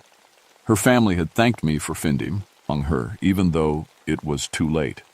They'd said at least now they could bury her properly, give her peace. The people I couldn't save, they wouldn't want revenge. They'd want me to save the people I still can. The ghost dogs started to flicker like candle flames in the wind, but the Ranger thing stood firm. "Then prove it," it said. "Come with us. Save the ones who are still alive." "What?" "Jim Kowalski, Carl Morrison, your search team. They're not dead, Bobby. They're trapped. Down in the caves in the dark, waiting for you to come get them." I looked at the cave mouths in the distance. "They're alive?" "For now, but not for long. The longer you wait, the more they become like us." Rex whined and nudged my hand with his nose. When I looked down at him, he was looking back toward the truck, toward safety. But he was also looking at me with those brown eyes that had never lied to me, never failed me. And I could see what he was thinking as clearly as if he'd spoken. "Your choice. I'll follow you either way." I looked back at the ghost dogs, already fading in the twilight. "If I go with you, if I try to save them, what happens to me?" The Ranger thing smiled with too many teeth. "Same thing that happens to everyone who goes into the dark, Sergeant. You either come back out, or you don't. And Rex, dogs don't belong in the place we're going. Leave him here." I almost said yes. almost handed Rex's leash to a tree branch and followed the ghost dogs into those limestone caves. Because if there was even a chance that Jim and Carl and the others were still alive, I had to try. But Rex growled, not at the ghost dogs, but at me, warning me. And suddenly, I understood what he'd been trying to tell me all along. These things didn't want to help me save anyone. They wanted to add me to their collection. They'd been hunting me from the beginning, using my guilt as bait. "No," I said. "I'm not leaving my partner behind, not again." The Ranger Thing's face twisted with rage. "Then you'll watch him die like you watched me die." They attacked all at once, but Rex was ready. As the ghost dogs leaped, he met them head on, not trying to bite or scratch, but simply standing his ground. And wherever his body touched theirs, they dissolved like smoke. I understood then. Rex wasn't just a living dog. He was loyal, brave, and true. Everything these twisted spirits weren't. His very presence was poison to them. But there were too many. For every one Rex drove off, 2 more came at us from different angles. I drew my pistol and fired, not expecting the bullets to work, but needing to do something. To my surprise, the bullets did work. Not much, but enough. Where they hit the ghost dogs, pieces of shadow scattered like ash. The creatures yelped and backed away. The bullets are blessed, I realized. Sheriff Martinez was a Catholic. He'd had the department weapons blessed by Father Rodriguez years ago, after a deputy was killed in the line of duty. I fired again and again. Each shot bought us a few seconds. But I only had so many bullets, and the ghost dogs were regrouping. That's when Rex did something that broke my heart and saved my life. He ran straight at the Ranger Thing, the biggest and strongest of the pack. As they collided, there was a flash of light like lightning, and both of them disappeared. The other ghost dogs vanished instantly, like Rex had taken their power source with him. I was alone in the forest, with an empty gun and no dog. "Rex!" I called. "Rex, where are you?" No answer. Just the wind in the trees and the sound of water running over rocks. I searched for Rex until dawn, calling his name until my voice gave out, but there was no sign of him anywhere. No body, no tracks, nothing. He'd vanished as completely as the ghost dogs had. When the state police arrived that morning, they found me sitting by the creek holding Rex's collar. It was all I had left of him. They found the others too. Jim Kowalski's body was in the deepest cave, arranged like he was sleeping. Carl Morrison was there too, along with the 8-man search team. All dead, but not torn apart like I'd expected. They looked peaceful, like they'd just laid down and never woken up. The coroner said they'd died of exposure, probably got lost in the cave system and couldn't find their way out. The strange arrangements of their equipment, just the way their gear scattered when they fell.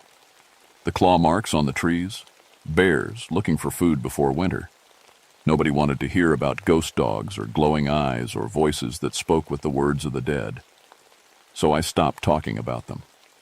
I retired from the Park Service 6 months later. Couldn't bring myself to work with another dog after Rex. Couldn't stand the thought of having a partner who might sacrifice himself for me again. But I kept going back to Devil's Creek, not to the caves. I never went near those again, just to the creek itself, where Rex had made his choice. Sometimes, on quiet nights when the moon was full, I'd hear howling from the direction of the caves. But it was different now, lonely, angry, like something was trapped down there and couldn't get out. Other times I'd hear a single bark echoing through the valley, strong and clear and familiar. Rex, maybe, still on patrol, still protecting people from things they couldn't understand. I never saw him again, but sometimes, when I was walking the trails around Devil's Creek, I'd find paw prints in the mud that looked like his, always between the caves and any hikers or hunters who might wander too close, like he was still doing his job. The locals learned to stay away from Devil's Creek after that winter.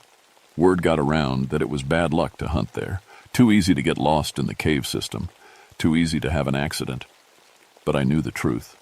Rex was down there somewhere, keeping watch, making sure that whatever had been sleeping in those caves stayed asleep. He was a good dog, the best partner I ever had, and he's still out there, doing what he was trained to do, protecting people from the dark. Sometimes I think about going back down into those caves trying to find him, but I know better now. Rex made his choice to save me, and I have to respect that. The best way I can honor his sacrifice is to stay alive, stay safe, and make sure other people know to stay away from Devil's Creek. Because the ghost dogs are still down there, waiting. Maybe weaker now without their leader, but not gone. And if someone else goes looking for treasure in those limestone caves, if someone else gets too curious about the old stories of Confederate gold hidden in the mountain, well, they might find more than they bargained for. But they won't find it easily. Not while Rex is on patrol. I'm 74 years old now, and I still dream about that night. But they're not nightmares anymore. They're dreams about a German shepherd with brown eyes and a loyal heart, standing guard in the darkness, making sure the living stay safe from the dead. Rex never learned to heal when he was alive, but he learned something better. He learned that some things are worth dying for, and some jobs never end.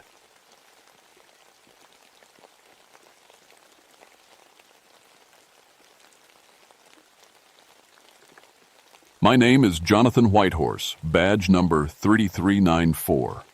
I've been a ranger here in the Chattahoochee National Forest for 13 years now, and in all that time, I never believed the old stories my Cherokee grandmother used to tell me. Stories about things that walk between worlds, things that shouldn't exist in places like Blood Mountain. I should have listened to her. Blood Mountain sits 4,458 feet above sea level, the highest peak in Georgia. It's a beautiful place in early fall, the leaves turning red and gold, the air crisp and clean. But it's also an old place, older than the Appalachian Trail that cuts across its rocky spine. The Cherokee called it a sacred site, and some of the elders still won't go there after dark. At 35, I figured I knew these mountains better than anyone. I could track a deer through a thunderstorm and find my way home in a blizzard. Hell, I taught wilderness survival classes to other rangers. My divorce papers called me obsessed with work, and maybe that was true. These mountains were my life. That Tuesday in October started normal enough. The morning fog hung thick in the valleys, and I was heading up to investigate some complaints from hikers. 3 separate groups had reported being followed by something on the Blood Mountain Trail. They all said the same weird thing. It moved like a man, but felt like smoke. I figured it was probably just some local kids playing pranks, or maybe a black bear acting strange. Bears can walk on 2 legs sometimes, especially when they're curious about humans. It wouldn't be the first time fear turned a normal animal into a monster story. The hike to Blood Mountain takes about 4 hours if you know the shortcuts. I did. My Silva compass pointed true north, and my topographic maps showed every ridge and creek. I carried my emergency flare gun, standard radio, and enough supplies for 2 days. It's another routine investigation. But as I climbed higher, something felt wrong. The woods were too quiet. No birds singing, no squirrels chattering, not even the buzz of insects. In 13 years, I'd never heard silence like that on Blood Mountain. It was like the forest was holding its breath. I stopped at Neal's Gap to check in with headquarters. The radio crackled with static, which was odd since I usually got clear reception there. I tried again. More static. The GPS on my belt showed my location, but the numbers kept jumping around. First, it said I was at the Gap, then 3 miles north, then somewhere that didn't exist on any map. That should have been my first real warning. I kept climbing anyway. The trail wound through thick patches of mountain laurel and rhododendron, creating natural tunnels where the light barely reached. The fog was getting thicker instead of burning off like it should have. My boots crunched on fallen leaves, and the sound seemed too loud in the unnatural quiet. Then I saw the first footprint. It was pressed deep into the mud beside the trail, a perfect human footprint, size 11 or 12. But there was something wrong with it. The heel was too narrow, and the toes were spread too far apart, like someone had tried to make a human print, but didn't quite remember how feet worked. I knelt down to get a better look, pulling out my measuring tape. The print was definitely fresh, maybe an hour old. But as I followed the trail of prints, they started to change. The next one looked more like a bare foot. The one after that showed claw marks at the toes. Then they just stopped, not faded away or got covered by leaves, just stopped, right in the middle of solid rock. I searched for 20 minutes, looking for where the tracks picked up again. Nothing. Whoever or whatever made those prints had vanished. I'd been tracking animals and people for over a decade. Nobody disappears on solid rock. Nobody. I radioed headquarters again. This time I got through to dispatch, but my voice sounded strange even to me. This is Ranger. Whitehorse, badge 3394. I'm about 2 miles up from Neal's Gap investigating those harassment reports. Found some unusual tracks, but they don't lead anywhere. Copy that, John. What kind of tracks we talking about? I stared down at the last footprint, still clear in the mud. Started human, ended up looking more like, I don't know, wolf maybe? But bigger. Much bigger. You thinking rabbit animal? We had that problem down in Brasstown Bald last month. Maybe. But I didn't believe it. Rabbit animals don't leave human footprints. They don't vanish into thin air either. I kept climbing. The fog was so thick now, I could barely see 10 feet ahead. My watch said it was noon, but the light felt wrong, too dim, like late evening. The temperature had dropped at least 15 degrees in the past hour. That's when I heard the whispers. At first I thought it was wind through the trees, but there was no wind. The fog hung perfectly still, and the whispers came from all around me. Low voices speaking in what sounded like Cherokee, though I only caught a few words my grandmother had taught me. Something about shadows, something about hunger. I stopped walking and listened hard. The whispers faded, but I could feel eyes watching me from the fog. Every instinct I'd developed in 13 years of wilderness work was screaming at me to get off this mountain right now. Instead, I kept going up. The trail curved around a massive boulder, and that's where I found Mark Davidson. He was sitting with his back against a tree, perfectly still. For a second, I thought he was just resting, but then I got closer and saw his face. Mark was 23 years old. I'd seen his driver's license photo just last week when his hiking permit came through. But the man sitting against that tree looked like he was 80. His hair had gone completely white. His skin was covered in deep wrinkles, and his eyes looked like they'd seen 100 years of nightmares. Mark? I dropped my pack and knelt beside him. Mark, can you hear me? His head turned slowly, like it took all his strength. When he spoke, his voice was the whisper of an old man. He took it, Mark said. The shadow man. He took my time. Who took what? Mark, you need to focus. What happened to you? Walked with me for hours. Talked to me. Asked about my life, my dreams, my fears. And every word I got older. He was feeding. Mark's ancient eyes fixed on mine. He's still here. He's in the shadows now, waiting. I looked around, but the fog was too thick to see much. Mark, I need to get you to a hospital. Can you walk? Look at the ground, he whispered. Look where my shadow should be. I looked down and felt my blood freeze. Mark was sitting in direct sunlight that somehow cut through the fog, but there was no shadow beneath him. The space where his shadow should have been was burned into the ground like a permanent stain. He takes the shadows first, Mark said. Then he takes everything else. I fumbled for my radio. Dispatch, this is Whitehorse. I need immediate medical evacuation on Blood Mountain, about 3 miles up from Neal's Gap. Hiker in severe distress. Static. Nothing but static. Dispatch, do you copy? Emergency medical needed. Mark's hand grabbed my wrist with surprising strength. Don't use the radio. He hears everything. He's in all the dark places now. Mark, you're in shock. You need medical attention. I'm going to get you down this mountain. No. His grip tightened. Look at your shadow. I looked down at the ground beside me. The weak sunlight should have cast my shadow clearly on the leaves, but my shadow was moving wrong. While I knelt perfectly still, my shadow was standing up. While I faced north, my shadow pointed south. And slow down, Shanaz. Wooly, my shadow raised one arm and waved at me. I stumbled backward, heart pounding. Shadows don't move on their own. Shadows don't wave, but mine did. He's been following you, Mark said. Probably since you started up the mountain. He likes rangers, likes people who know the old places. I forced myself to think logically. Heat exhaustion could cause hallucinations. So could dehydration or altitude sickness. But I was only at 3,000 feet. I'd had plenty of water and the temperature was actually too cold. Mark, we need to move, now. I helped him to his feet, shocked at how light he'd become. He felt hollow, like all the substance had been drained out of him.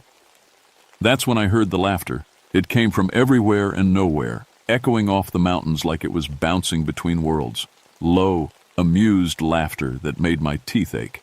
And underneath it, more whispers in Cherokee. This time I understood some of the words. Time to feed, time to grow, time to take what was promised. Mark collapsed against me. He's coming, he whispered. The shadow walker is coming. I half carried Mark down the trail, both of us stumbling in the thick fog.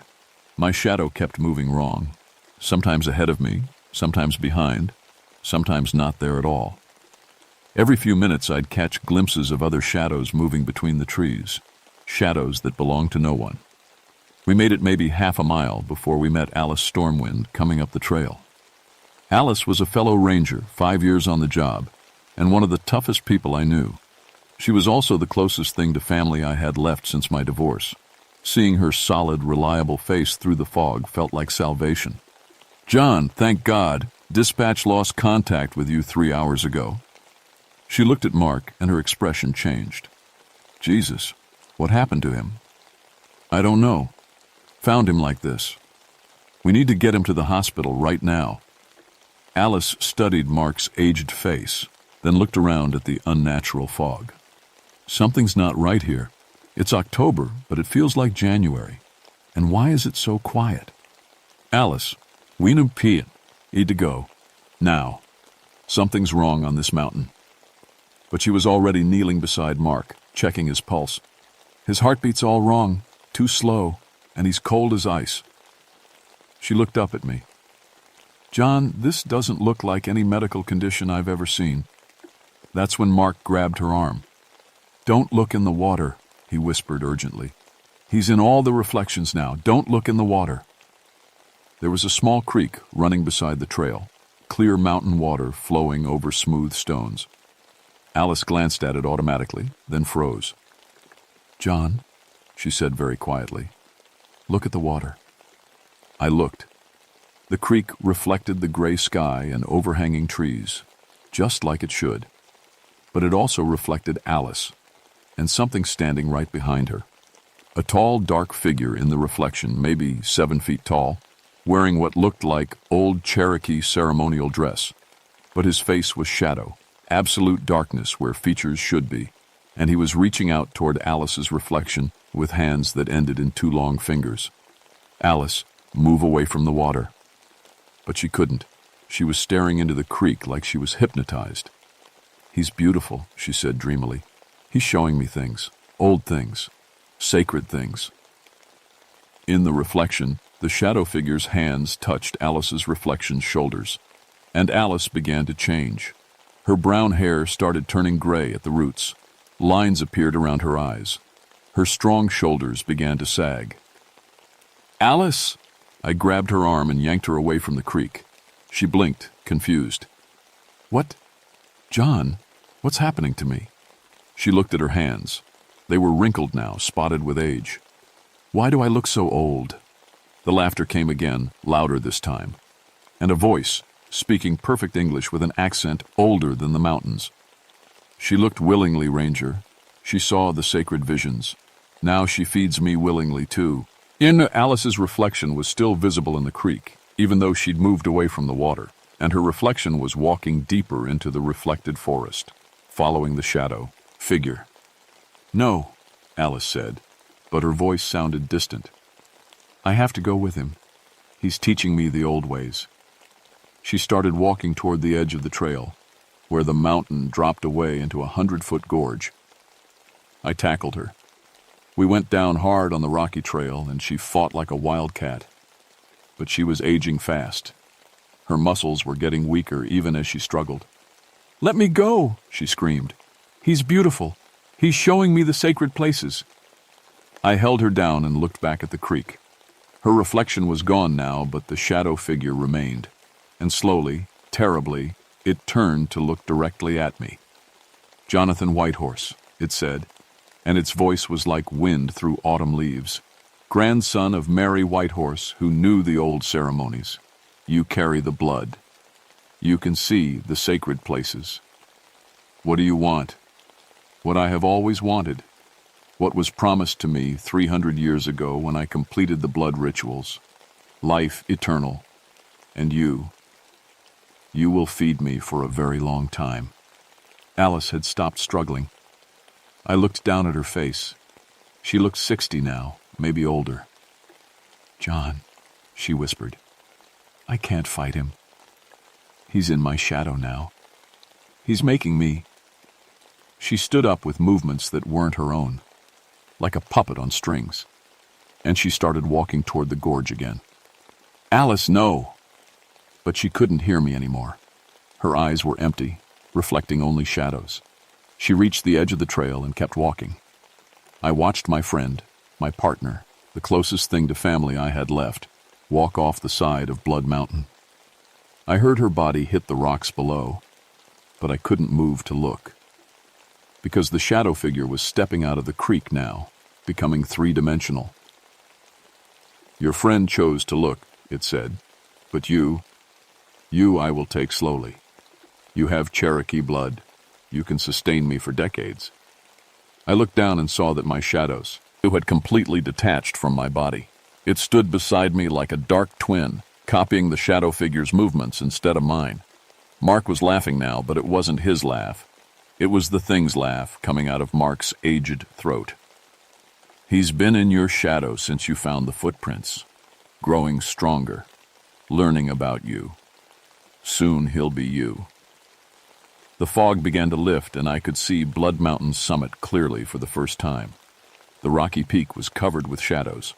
Dozens of them, maybe hundreds. All the people who'd disappeared on this mountain over the years, all feeding the Shadow Walker, making him stronger. And now, I was going to join them. The Shadow Walker stepped fully into our world, and I could see what 3 centuries of stolen life had made him. He wore the regalia of a Cherokee shaman, beaded vest, feathered headdress, ceremonial paint. But everything was wrong, corrupted. The beads were black as midnight. The feathers looked like they came from no bird that ever lived, and the paint on his face moved like it was alive. "You recognize the ceremonial dress," he said. "Good. Your grandmother taught you some of the old ways." "My grandmother never taught me anything like this." "No, she knew better. But she did teach you the protection ceremonies, didn't she? The ones to keep evil spirits away?" He laughed. "Too bad you never believed in them." Mark stood up, moving like an old man, but with the thing's voice. "Tell him, Walker. Tell him what you really are." The Shadow Walker moved closer. Up close, I could see that his face wasn't just dark. It was empty, like looking into a hole in the world. "I was a shaman once, a real one, serving my people, keeping the sacred places safe. But I wanted more. I wanted to live forever, to see all the centuries pass, to know all the secrets." He gestured to the shadows on the peak. "So I learned the Bly, Ood magic, the forbidden ceremonies. I killed 7 of my own people and took their life force into myself. The Cherokee would have exiled you, killed you. They tried, but I had already transformed. I became something new, something that could live in shadows, feed on life itself, grow stronger with each victim." He stepped closer. "For 300 years I have fed on those who come to my mountain, hikers, rangers, anyone foolish enough to climb alone. I backed away, but there was nowhere to go. The trail behind me was blocked by shadows, and ahead was only the drop where Alice had fallen. But you're special, Jonathan Whitehorse. You have the blood. Cherokee shamans can sustain me for decades instead of days, and you—" He reached out with one impossible hand. "You will make me strong enough to leave this mountain, to hunt in the cities below." My detached shadow stepped forward and grabbed my arms, holding me still. I couldn't fight my own shadow. Every move I made, it countered perfectly. "Don't fight," the Shadow Walker said. "It will only make the feeding more painful." He placed one cold hand on my forehead. Immediately I felt years of my life draining away. My hair started turning gray, my joints began to ache, my vision blurred. But with the aging came something else, memories that weren't mine. I saw the Shadow Walker's true history. I saw him 300 years ago, young and proud, serving his people as a healer and guide. I saw his growing obsession with death, his fear of growing old, his descent into the forbidden blood magic.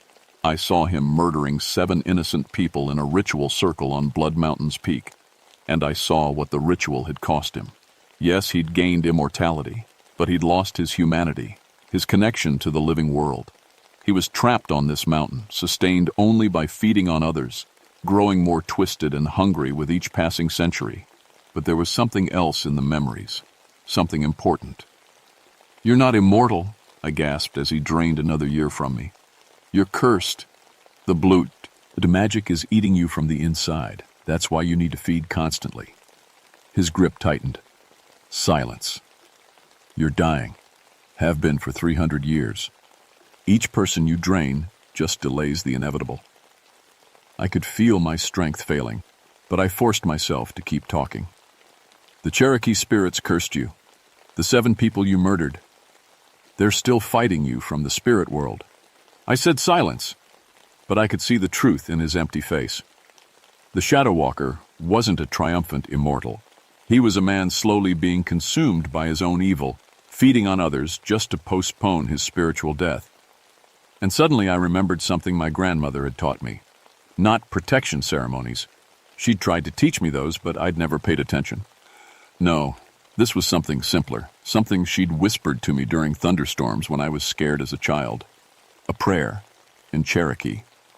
I began to speak the words, barely remembering them. A prayer for the spirits of the dead to find peace. A prayer for evil to be cast out. A prayer my grandmother had learned from her grandmother, passed down through generations of Cherokee women. The Shadow Walker screamed, "You cannot!" His grip on my life force faltered. "You don't know the sacred words." But I did know them. Not well, but enough. And as I spoke, the shadows on the mountain peak began to move. Not toward us. Away. The stolen shadows of all his victims were breaking free. "No, they feed me. They sustain me." One by one, the shadows on the peak rose into the air and dissolved into light. And with each one that escaped, the Shadow Walker grew weaker. His form became less solid, more like smoke. "This isn't possible," he snarled.